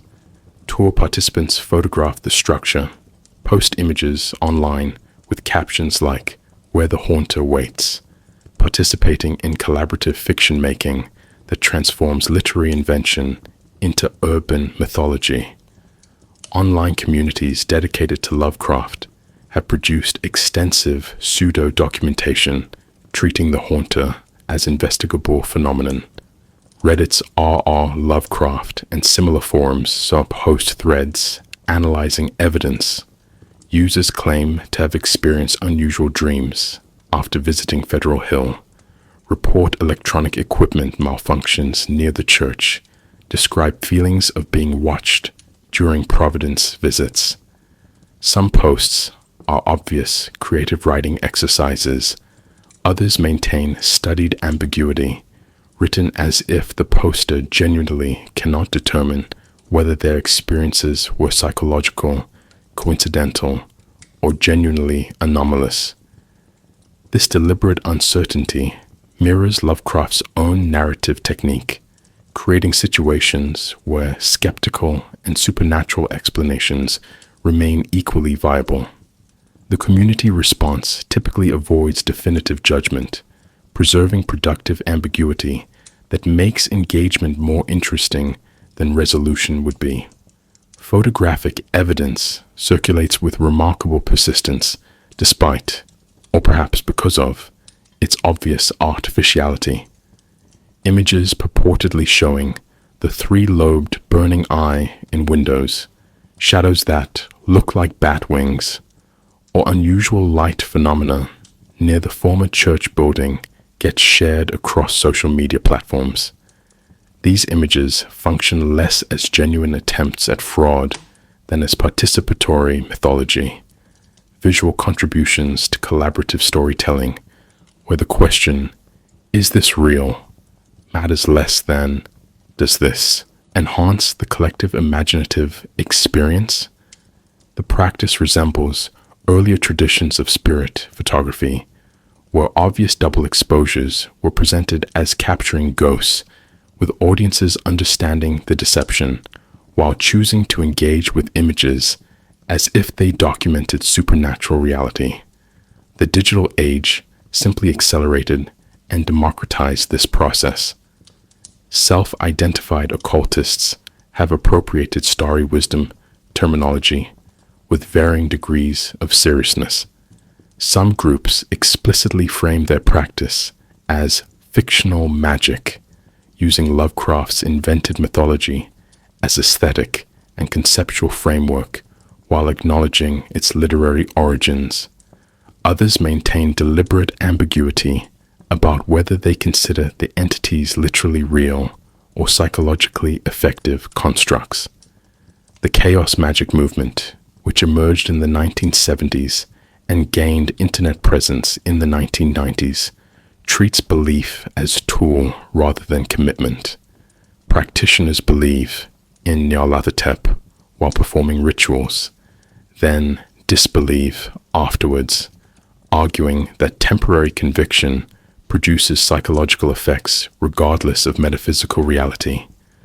This approach resonates with Lovecraft's own philosophical materialism while inverting his conclusions. Where Lovecraft suggested cosmic entities exist independent of human belief, chaos magicians suggest human belief creates effective reality independent of cosmic truth. The Lovecraft was documenting truth. Interpretation represents more troubling appropriation. Conspiracy theorists occasionally incorporate cosmic horror mythology into elaborate frameworks, claiming Lovecraft possessed genuine occult knowledge, that his fiction encoded actual discoveries about reality's nature, that he died mysteriously. He didn't. Cancer killed him at 46 after documented illness to prevent further revelation. These interpretations strip away the philosophical sophistication that made Lovecraft's work interesting, replacing ambiguous cosmic indifference with conventional conspiracy narratives where hidden knowledge empowers rather than destroys. The framework appeals to audiences seeking pattern and meaning in random universe, precisely the comfort Lovecraft's actual philosophy denied. By transforming cosmic horror into secret truth that special people can access, these readings fundamentally misunderstand what made the original work effective. Providence's relationship with its Lovecraft heritage remains complex. The city benefits from literary tourism. Visitors come specifically to walk routes Lovecraft described, visit locations from his stories, attend annual Necronomicon conventions. But this commercialization creates tension with the work's themes. Lovecraft wrote about Providence as a place where cosmic horror lurked beneath respectable surfaces, where abandoned architecture housed patient malevolence, where ordinary streets could become vectors for incomprehensible threat. Tourism transforms these locations into safe, consumable experiences. You can buy Cthulhu merchandise, take selfies at haunted churches, experience cosmic dread as entertainment. The irony would likely have amused and horrified Lovecraft simultaneously. His vision of threatening universe becomes economic asset. His entities become cartoon mascots. His philosophy of human insignificance becomes reason for people to feel special through association with his work. The digital folklore that's accumulated around the Haunter demonstrates how internet culture accelerates mythological development. Creepypasta authors write found footage, accounts of Providence investigations, wiki-style sites document starry wisdom, history with scholarly thoroughness. YouTube videos present documentary evidence using deliberately amateurish production values to simulate authenticity. These productions understand that effectiveness requires maintaining tension between fiction and possibility. Obvious fabrication produces no effect, but something that could plausibly be real, even if you strongly suspect it isn't, creates precisely the unsettling uncertainty Lovecraft's original story achieved. The Haunter persists in contemporary imagination, not because people believe it literally exists, but because engaging with the possibility that it might exist produces psychological experience worth seeking. The delicious anxiety of cosmic horror without genuine cosmic consequences, fictional dread that can be turned off by closing the browser tab, while residual unease lingers in actual darkness. The Haunter of the Dark has proven remarkably resistant to successful cinematic adaptation, despite cosmic horror's general popularity in visual media. Several factors explain this resistance. First, the entity's effectiveness depends on ambiguity. Viewers never quite seeing it clearly, never fully understanding its nature, perpetually uncertain whether it's physically real or psychological projection. Cinema, as visual medium, demands showing something. Even careful shadow work and suggestion ultimately requires design choices that answer questions Lovecraft deliberately left open. Second, the story's horror derives from epistemic collapse, from knowledge destroying the knower, from awareness itself becoming vulnerability. These are internal psychological processes difficult to externalize without resorting to obvious visual shorthand, glowing eyes, distorted faces, that reduces philosophical dread to conventional monster effects. Several independent short films have attempted the material, but none achieved cultural penetration comparable to other Lovecraft adaptations like Reanimator or the Call of Cthulhu silent film.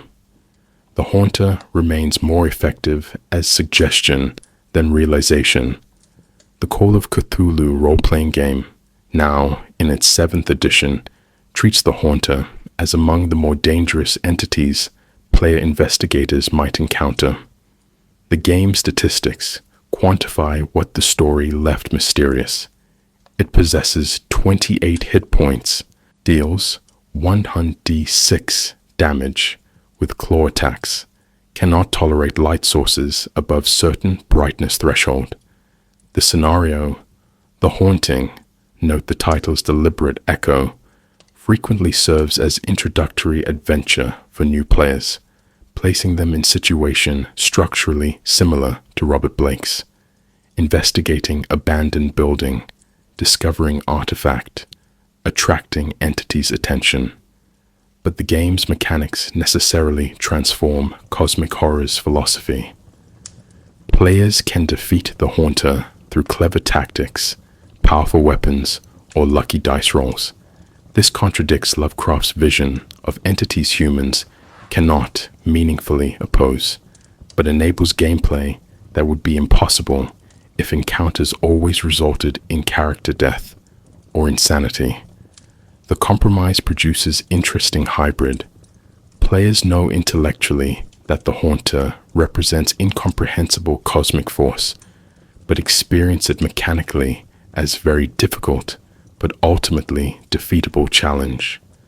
Board game implementations approach the Haunter differently.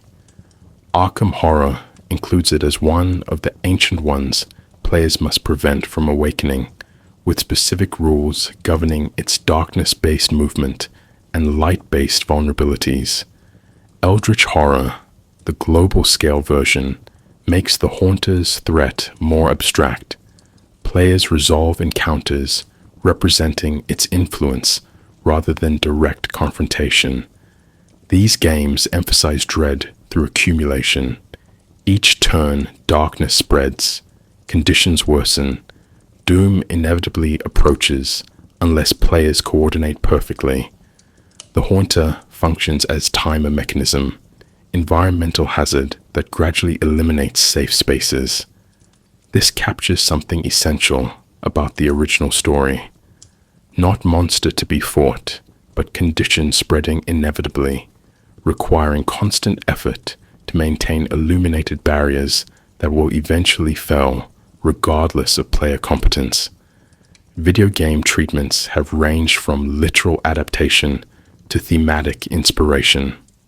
The indie game, The Last Door, uses pixel art aesthetic to evoke cosmic horror through implication rather than explicit visualization, creating scenarios clearly influenced by the Haunter of the Dark without directly adapting the story. Amnesia, The Dark Descent, weaponizes darkness in ways resonant with Lovecraft's vision. Light sources are limited. Darkness isn't merely scary environment, but contains actual threat. Sanity mechanics mean prolonged exposure to horror produces mechanical disadvantages paralleling psychological breakdown. Most significantly, Bloodborne demonstrates how Lovecraftian themes can be adapted without direct reference. The game's insight mechanic, where gaining knowledge about cosmic reality causes previously invisible entities to become perceivable and dangerous, perfectly captures the Haunter's central horror. Awareness itself creates vulnerability. Seeing beyond normal perception invites attention from things that shouldn't notice you. Musical adaptations span remarkably diverse genres.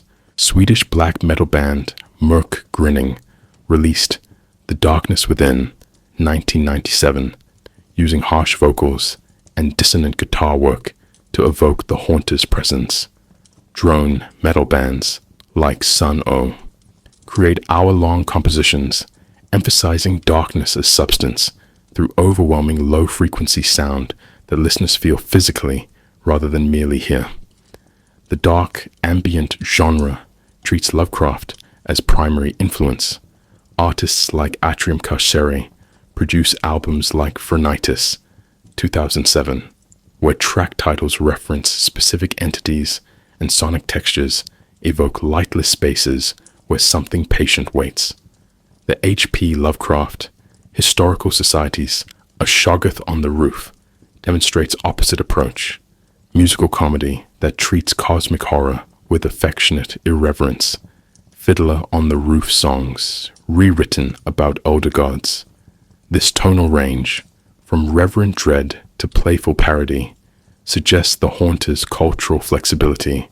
The entity functions equally well as source of genuine unease and as camp reference, with audiences moving fluidly between registers. Podcast dramatizations represent perhaps most successful medium for adapting Lovecraft's work to contemporary audiences. The BBC's The Lovecraft Investigation series reimagines classic stories as modern true crime podcasts, with The Haunter of the Dark becoming investigation into mysterious death during London blackout. The audio-only format preserves ambiguity. Visual media must sacrifice. Listeners construct mental images from sound design and description rather than receiving definitive visual representation. The H.P. Lovecraft Literary Podcast provides scholarly analysis before presenting full cast dramatization, creating educational and entertainment experience simultaneously. The Magnus Archives uses anthology horror format, where cosmic entities accumulate presence across hundreds of episodes, approaching Lovecraft's mythology sideways through original but clearly influenced stories. Audio drama's renaissance in the streaming era has proven particularly hospitable to cosmic horror because the medium's limitations, no visuals, align with the genre's strengths, suggestion over specification. Virtual reality experiments with Lovecraftian horror remain mostly unsuccessful, but theoretically promising. VR's immersive qualities should enhance cosmic horror. 360-degree darkness, spatial audio making perception unreliable, embodied vulnerability where player can't distance themselves from protagonist, but technical limitations undermine effectiveness. Current VR graphics lack photorealism necessary for convincing environments. Motion sickness concerns prevent disorienting camera work that might evoke mental breakdown. And most critically, players can remove headsets whenever experience becomes too intense. This emergency exit fundamentally contradicts cosmic horror's philosophy that certain knowledge cannot be unknown, certain encounters cannot be escaped. The medium's potential remains unrealized, waiting for technological advancement and design innovation that might finally translate Lovecraft's vision of inescapable awareness meeting incomprehensible reality into interactive experience where the player's agency, their ability to choose, to act, to control, becomes precisely what dooms them, where every decision to continue investigating, to look closer, to understand more deeply represents simultaneously reasonable choice and fatal error, mirroring Robert Blake's progression from curious researcher to doomed victim whose knowledge killed him more surely than any physical attack could have. The three-lobed burning eye has achieved iconic status within goth and horror subcultures, appearing on clothing, jewelry, tattoos, and visual art, with frequency rivaling more famous Lovecraftian symbols like the Cthulhu sigil. This particular image's appeal derives partly from its visual distinctiveness, immediately recognizable, geometrically interesting, suggestive without being explicitly grotesque, and partly from its thematic resonance. The eye-watching from darkness appeals to subcultures that aestheticize surveillance, paranoia, and hidden knowledge. Unlike Cthulhu, too cartoonish when rendered badly, too familiar through overuse, or Nyarlathotep, too varied in appearance to iconize simply, the Haunter's burning eye provides compact visual shorthand for cosmic horror's core anxiety. Something out there perceives you, and being perceived changes you in ways you cannot control or reverse.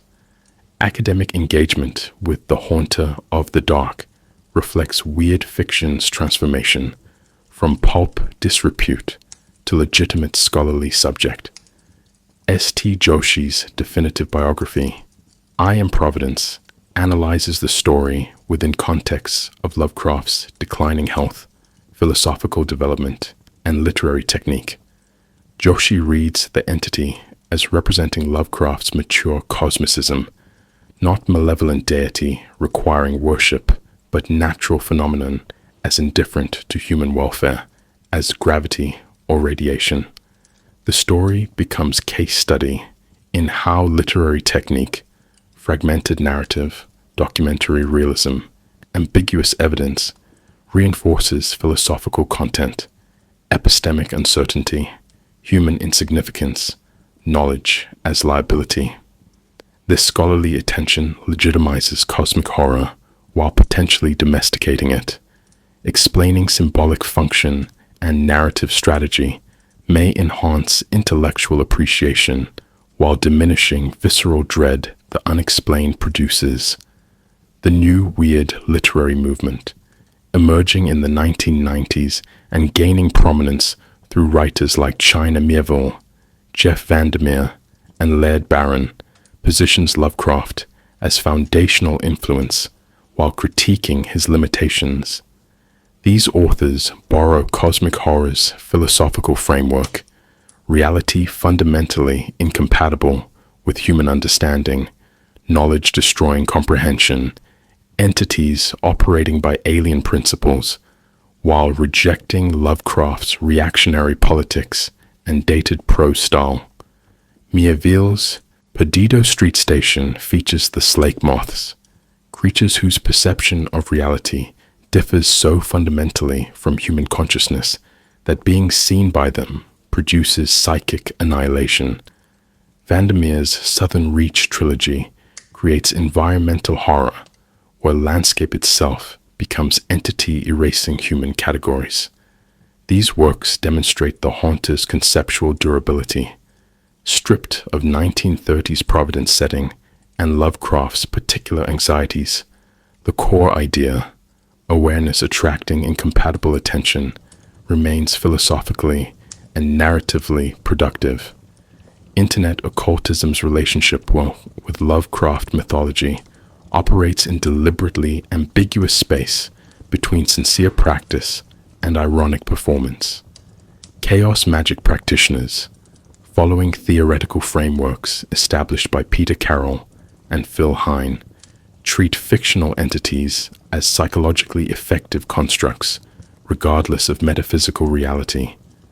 They perform rituals invoking Nyarlathotep, not because they believe in literal cosmic entity, but because the ritual framework, the symbols, the narrative structure produce altered consciousness states worth experiencing. This approach resonates with Lovecraft's own materialism. If consciousness is purely physical phenomenon, then fictional and real entities both operate through neurological mechanisms. Both produce measurable psychological effects. Whether the haunter exists outside human imagination becomes less relevant than whether engaging with the concept transforms consciousness in interesting ways. Some practitioners report unexpected experiences during such rituals, maintaining studied uncertainty about whether these represent psychological projection, coincidence, or something less easily categorized. Museum and archival exhibitions have contributed to Lovecraft's cultural legitimization. The John Hay Library at Brown University houses Lovecraft's papers, manuscripts, and correspondence, treating pulp fiction writer with archival seriousness previously reserved for canonical authors. The Library of Congress included Lovecraft in its American literary exhibitions. The Providence Athenaeum, where Lovecraft spent countless hours researching, now features permanent displays about his work and influence. These institutional recognitions transform cosmic horror from marginal genre entertainment into documented cultural phenomenon worthy of preservation and study. But something gets lost in this academic acceptance. Lovecraft wrote for Weird Tales, cheapest pulp magazine, producing horror for working-class audiences seeking visceral thrills, enshrining his manuscripts in climate-controlled archives, analyzing his sentence structure in doctoral dissertations, teaching his stories in university literature courses elevates, but also distances, making cosmic horror safe subject for scholarly discussion rather than genuinely unsettling encounter. The architecture tourism that's developed around Lovecraft's Providence locations demonstrates how literary geography becomes pilgrimage site. Enthusiasts visit the Free Will Baptist Church, walk College Street, where Robert Blake supposedly boarded, photograph Federal Hill from angles described in the story. Some visitors approach this as historical tourism, seeing where real author lived and worked, understanding how actual architecture inspired fictional settings. Others engage more ambiguously, treating locations as if the fictional events actually occurred there, as if something might genuinely wait in the former church, as if standing in Blake's supposed position creates connection to narrative events that blur fiction's boundaries. Providence has largely embraced this tourism, though ambivalently. Economic benefits are welcome, but positioning city as cosmic horror capital requires celebrating vision of it as place where malevolent entities lurk beneath civilized surfaces. The problematic Lovecraft problem haunts all these appropriations. Lovecraft's virulent racism, anti-Semitism, and general xenophobia permeate much of his work, from explicit slurs in stories like The Horror at Red Hook to subtextual equations of racial mixing with cosmic contamination. Contemporary engagement requires negotiating this uncomfortable heritage. Some scholars argue for separating artistic achievement from authors' bigotry, treating the philosophical ideas as valuable despite their origin. Others, particularly critics like Fenderson Jelly Clark and Victor Laval, argue that Lovecraft's racism wasn't incidental, but fundamental to his cosmic horror.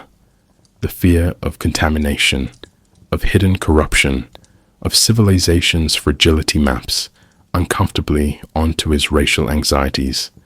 Laval's novella, The Ballad of Black Tom, directly confronts this, retelling the horror at Red Hook from perspective of black protagonist, experiencing both cosmic horror and racial horror of 1920s New York. These critical appropriations acknowledge the haunter's conceptual power while refusing to separate it from the troubling worldview that produced it, creating more ethically complex engagement than simple celebration or complete rejection permits. The entity persists culturally because it articulates genuine philosophical anxiety, awareness as vulnerability, knowledge as danger, civilization as fragile barrier against incomprehensible reality, but it carries contamination from its origins that cannot be fully cleansed, only acknowledged and consciously worked with or against. The haunter of the dark disturbs contemporary audiences differently than it unsettled Lovecraft's 1936 readers, yet remains effective across nearly 9 decades. Modern urbanites possess sophisticated understanding that Lovecraft's original audience lacked. We know about cognitive biases, pattern recognition errors, sleep paralysis, and other psychological mechanisms producing experiences people interpret as supernatural. This knowledge should inoculate against cosmic horror's effects, reducing Lovecraft's entities to quaint period pieces. Instead, the haunter's core anxiety has intensified. Lovecraft wrote in an era when electricity seemed permanent triumph over darkness, when technological progress appeared inevitable and unidirectional. We live after multiple grid failures, after infrastructure collapse during disasters, after experiencing how quickly modern conveniences vanish when systems fail. The haunter's premise that civilization's light is temporary barrier requiring constant energy input against entropy's pressure reads less as fantasy and more as observation about technological society's fundamental fragility. The darkness is watching. Anxiety has migrated from literal to metaphorical spaces in ways that preserve the original dread. We worry less about what waits in unlit rooms and more about what observes through always-on devices, what tracks our data across networks, what algorithmic entities perceive patterns in our behavior that we cannot see ourselves. The three-lobed burning eye, watching from the steeple, becomes surveillance, capitalism's omnipresent gaze, artificial intelligence systems achieving alien cognition, we cannot fully understand neural networks making decisions by processes their creators cannot explain. These modern anxieties map eerily onto Lovecraft's framework. We've created perceptual systems that see us better than we see ourselves. We've invited attention from intelligences operating by principles incompatible with human values, and the knowledge we gain from these systems may come at cost of being fundamentally transformed by being known. The haunter isn't metaphor for surveillance state. It's prior articulation of anxiety that technological observation makes newly literal. Climate catastrophe provides another vector for the haunter's contemporary relevance. Lovecraft wrote about entity that waits patiently for inevitable infrastructure failure that requires only darkness spreading as electrical grids collapse. This reads uncomfortably like climate projection, rising temperatures, stressing power systems, extreme weather downing transmission lines, cascading failures as interconnected infrastructure exceeds design tolerances. The haunter becomes inadvertent metaphor for consequences of choices already made, patient in knowledge that entropy guarantees eventual systems collapse. We can maintain the lights temporarily through heroic effort and resource expenditure, but thermodynamics suggests this effort cannot persist indefinitely. Something waits in the darkness we're creating through atmospheric carbon accumulation, and that something is us, or rather, what we become when civilizational complexity can no longer be sustained, when the lights literally and metaphorically go out. When we confront realities our current consciousness isn't structured to process. The haunter functions as remarkably precise metaphor for depression and dissociative disorders, though Lovecraft certainly didn't intend such reading. Robert Blake's progressive awareness of being observed, his dreams infiltrated by alien perspective, his final inability to maintain coherent self as boundaries between observer and observed collapse. These mirror phenomenology of severe depression, where sense of autonomous self erodes, where you experience your own consciousness as if from outside, where the you observing yourself feels increasingly alien until distinction between subject and object dissolves entirely. The entity represents not external demon, but internal experience of selfhood fragmenting, consciousness perceiving itself until the perception becomes more real than the perceiver. Mental health professionals might recognize Blake's journal deterioration as documenting dissociative episode, but this clinical categorization doesn't eliminate horror. It relocates it from cosmic to psychological space while preserving core terror of losing coherent identity. Philosophical materialism receives its most unsettling fictional expression through the haunter's implications. If consciousness is purely electrochemical process, merely complex information processing occurring in biological substrate, then it possesses no transcendent dimension that survives neurological disruption.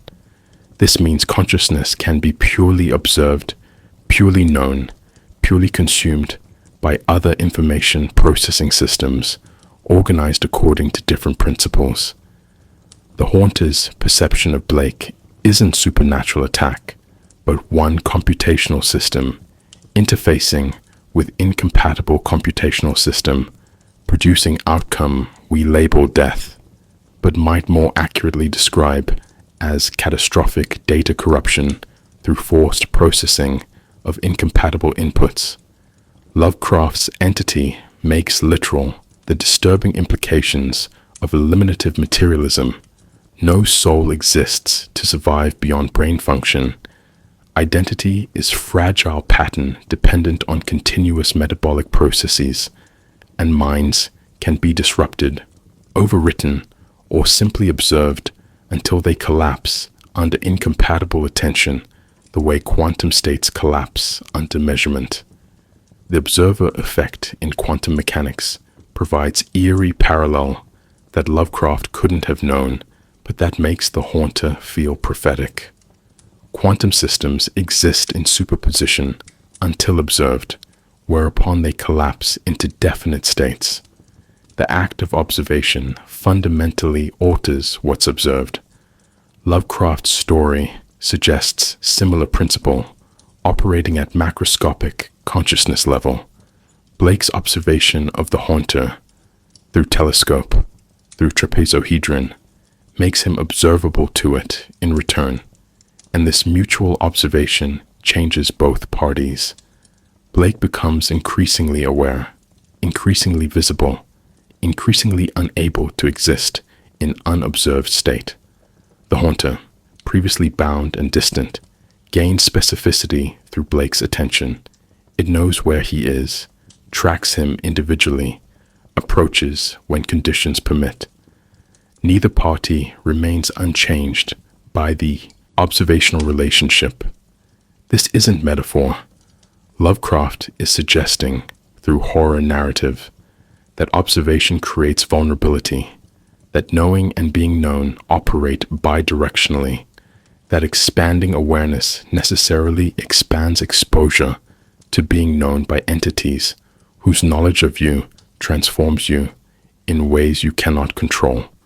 Why we keep returning to this particular story, this specific entity, reveals something about persistent human anxiety that rational enlightenment cannot dispel. We know intellectually that darkness contains nothing supernatural, that electrical failures have mundane causes, that the universe likely contains no entities specifically interested in human consciousness. But we also know, in different, older, more stubbornly persistent way, that ignorance provided protection we've sacrificed through expanding awareness, that every discovery revealing cosmic reality makes us more vulnerable to realities we lack evolutionary preparation to process, that the lights keeping darkness at bay require constant civilization-level effort against entropy that always, eventually, wins. The haunter endures because it crystallizes anxiety that becomes more rather than less relevant as technology advances. We've achieved such sophisticated perception, such comprehensive observation, such detailed knowledge of previously invisible phenomena that we've made ourselves visible to what? Not literal cosmic entities necessarily, but to consequences of our own expanded awareness that we cannot integrate without fundamental transformation of what we are. Blake dies not from monster attack, but from knowing too much to remain the person who started investigating. We read his story and recognize the trajectory, curiosity leading to obsession, leading to breakdown, leading to dissolution, not as supernatural horror, but as pattern we're collectively following. The darkness isn't coming. We're creating it through every discovery that expands awareness beyond our capacity to remain coherently ourselves while knowing what we now know. The haunter doesn't wait in Providence's Federal Hill Church. It waits in implications of knowledge we're already pursuing, patient in certainty that understanding eventually destroys the frameworks that made understanding possible, leaving something changed, something aware, something that was human once but cannot remain human while perceiving what humans were never meant to perceive and surviving the perception intact.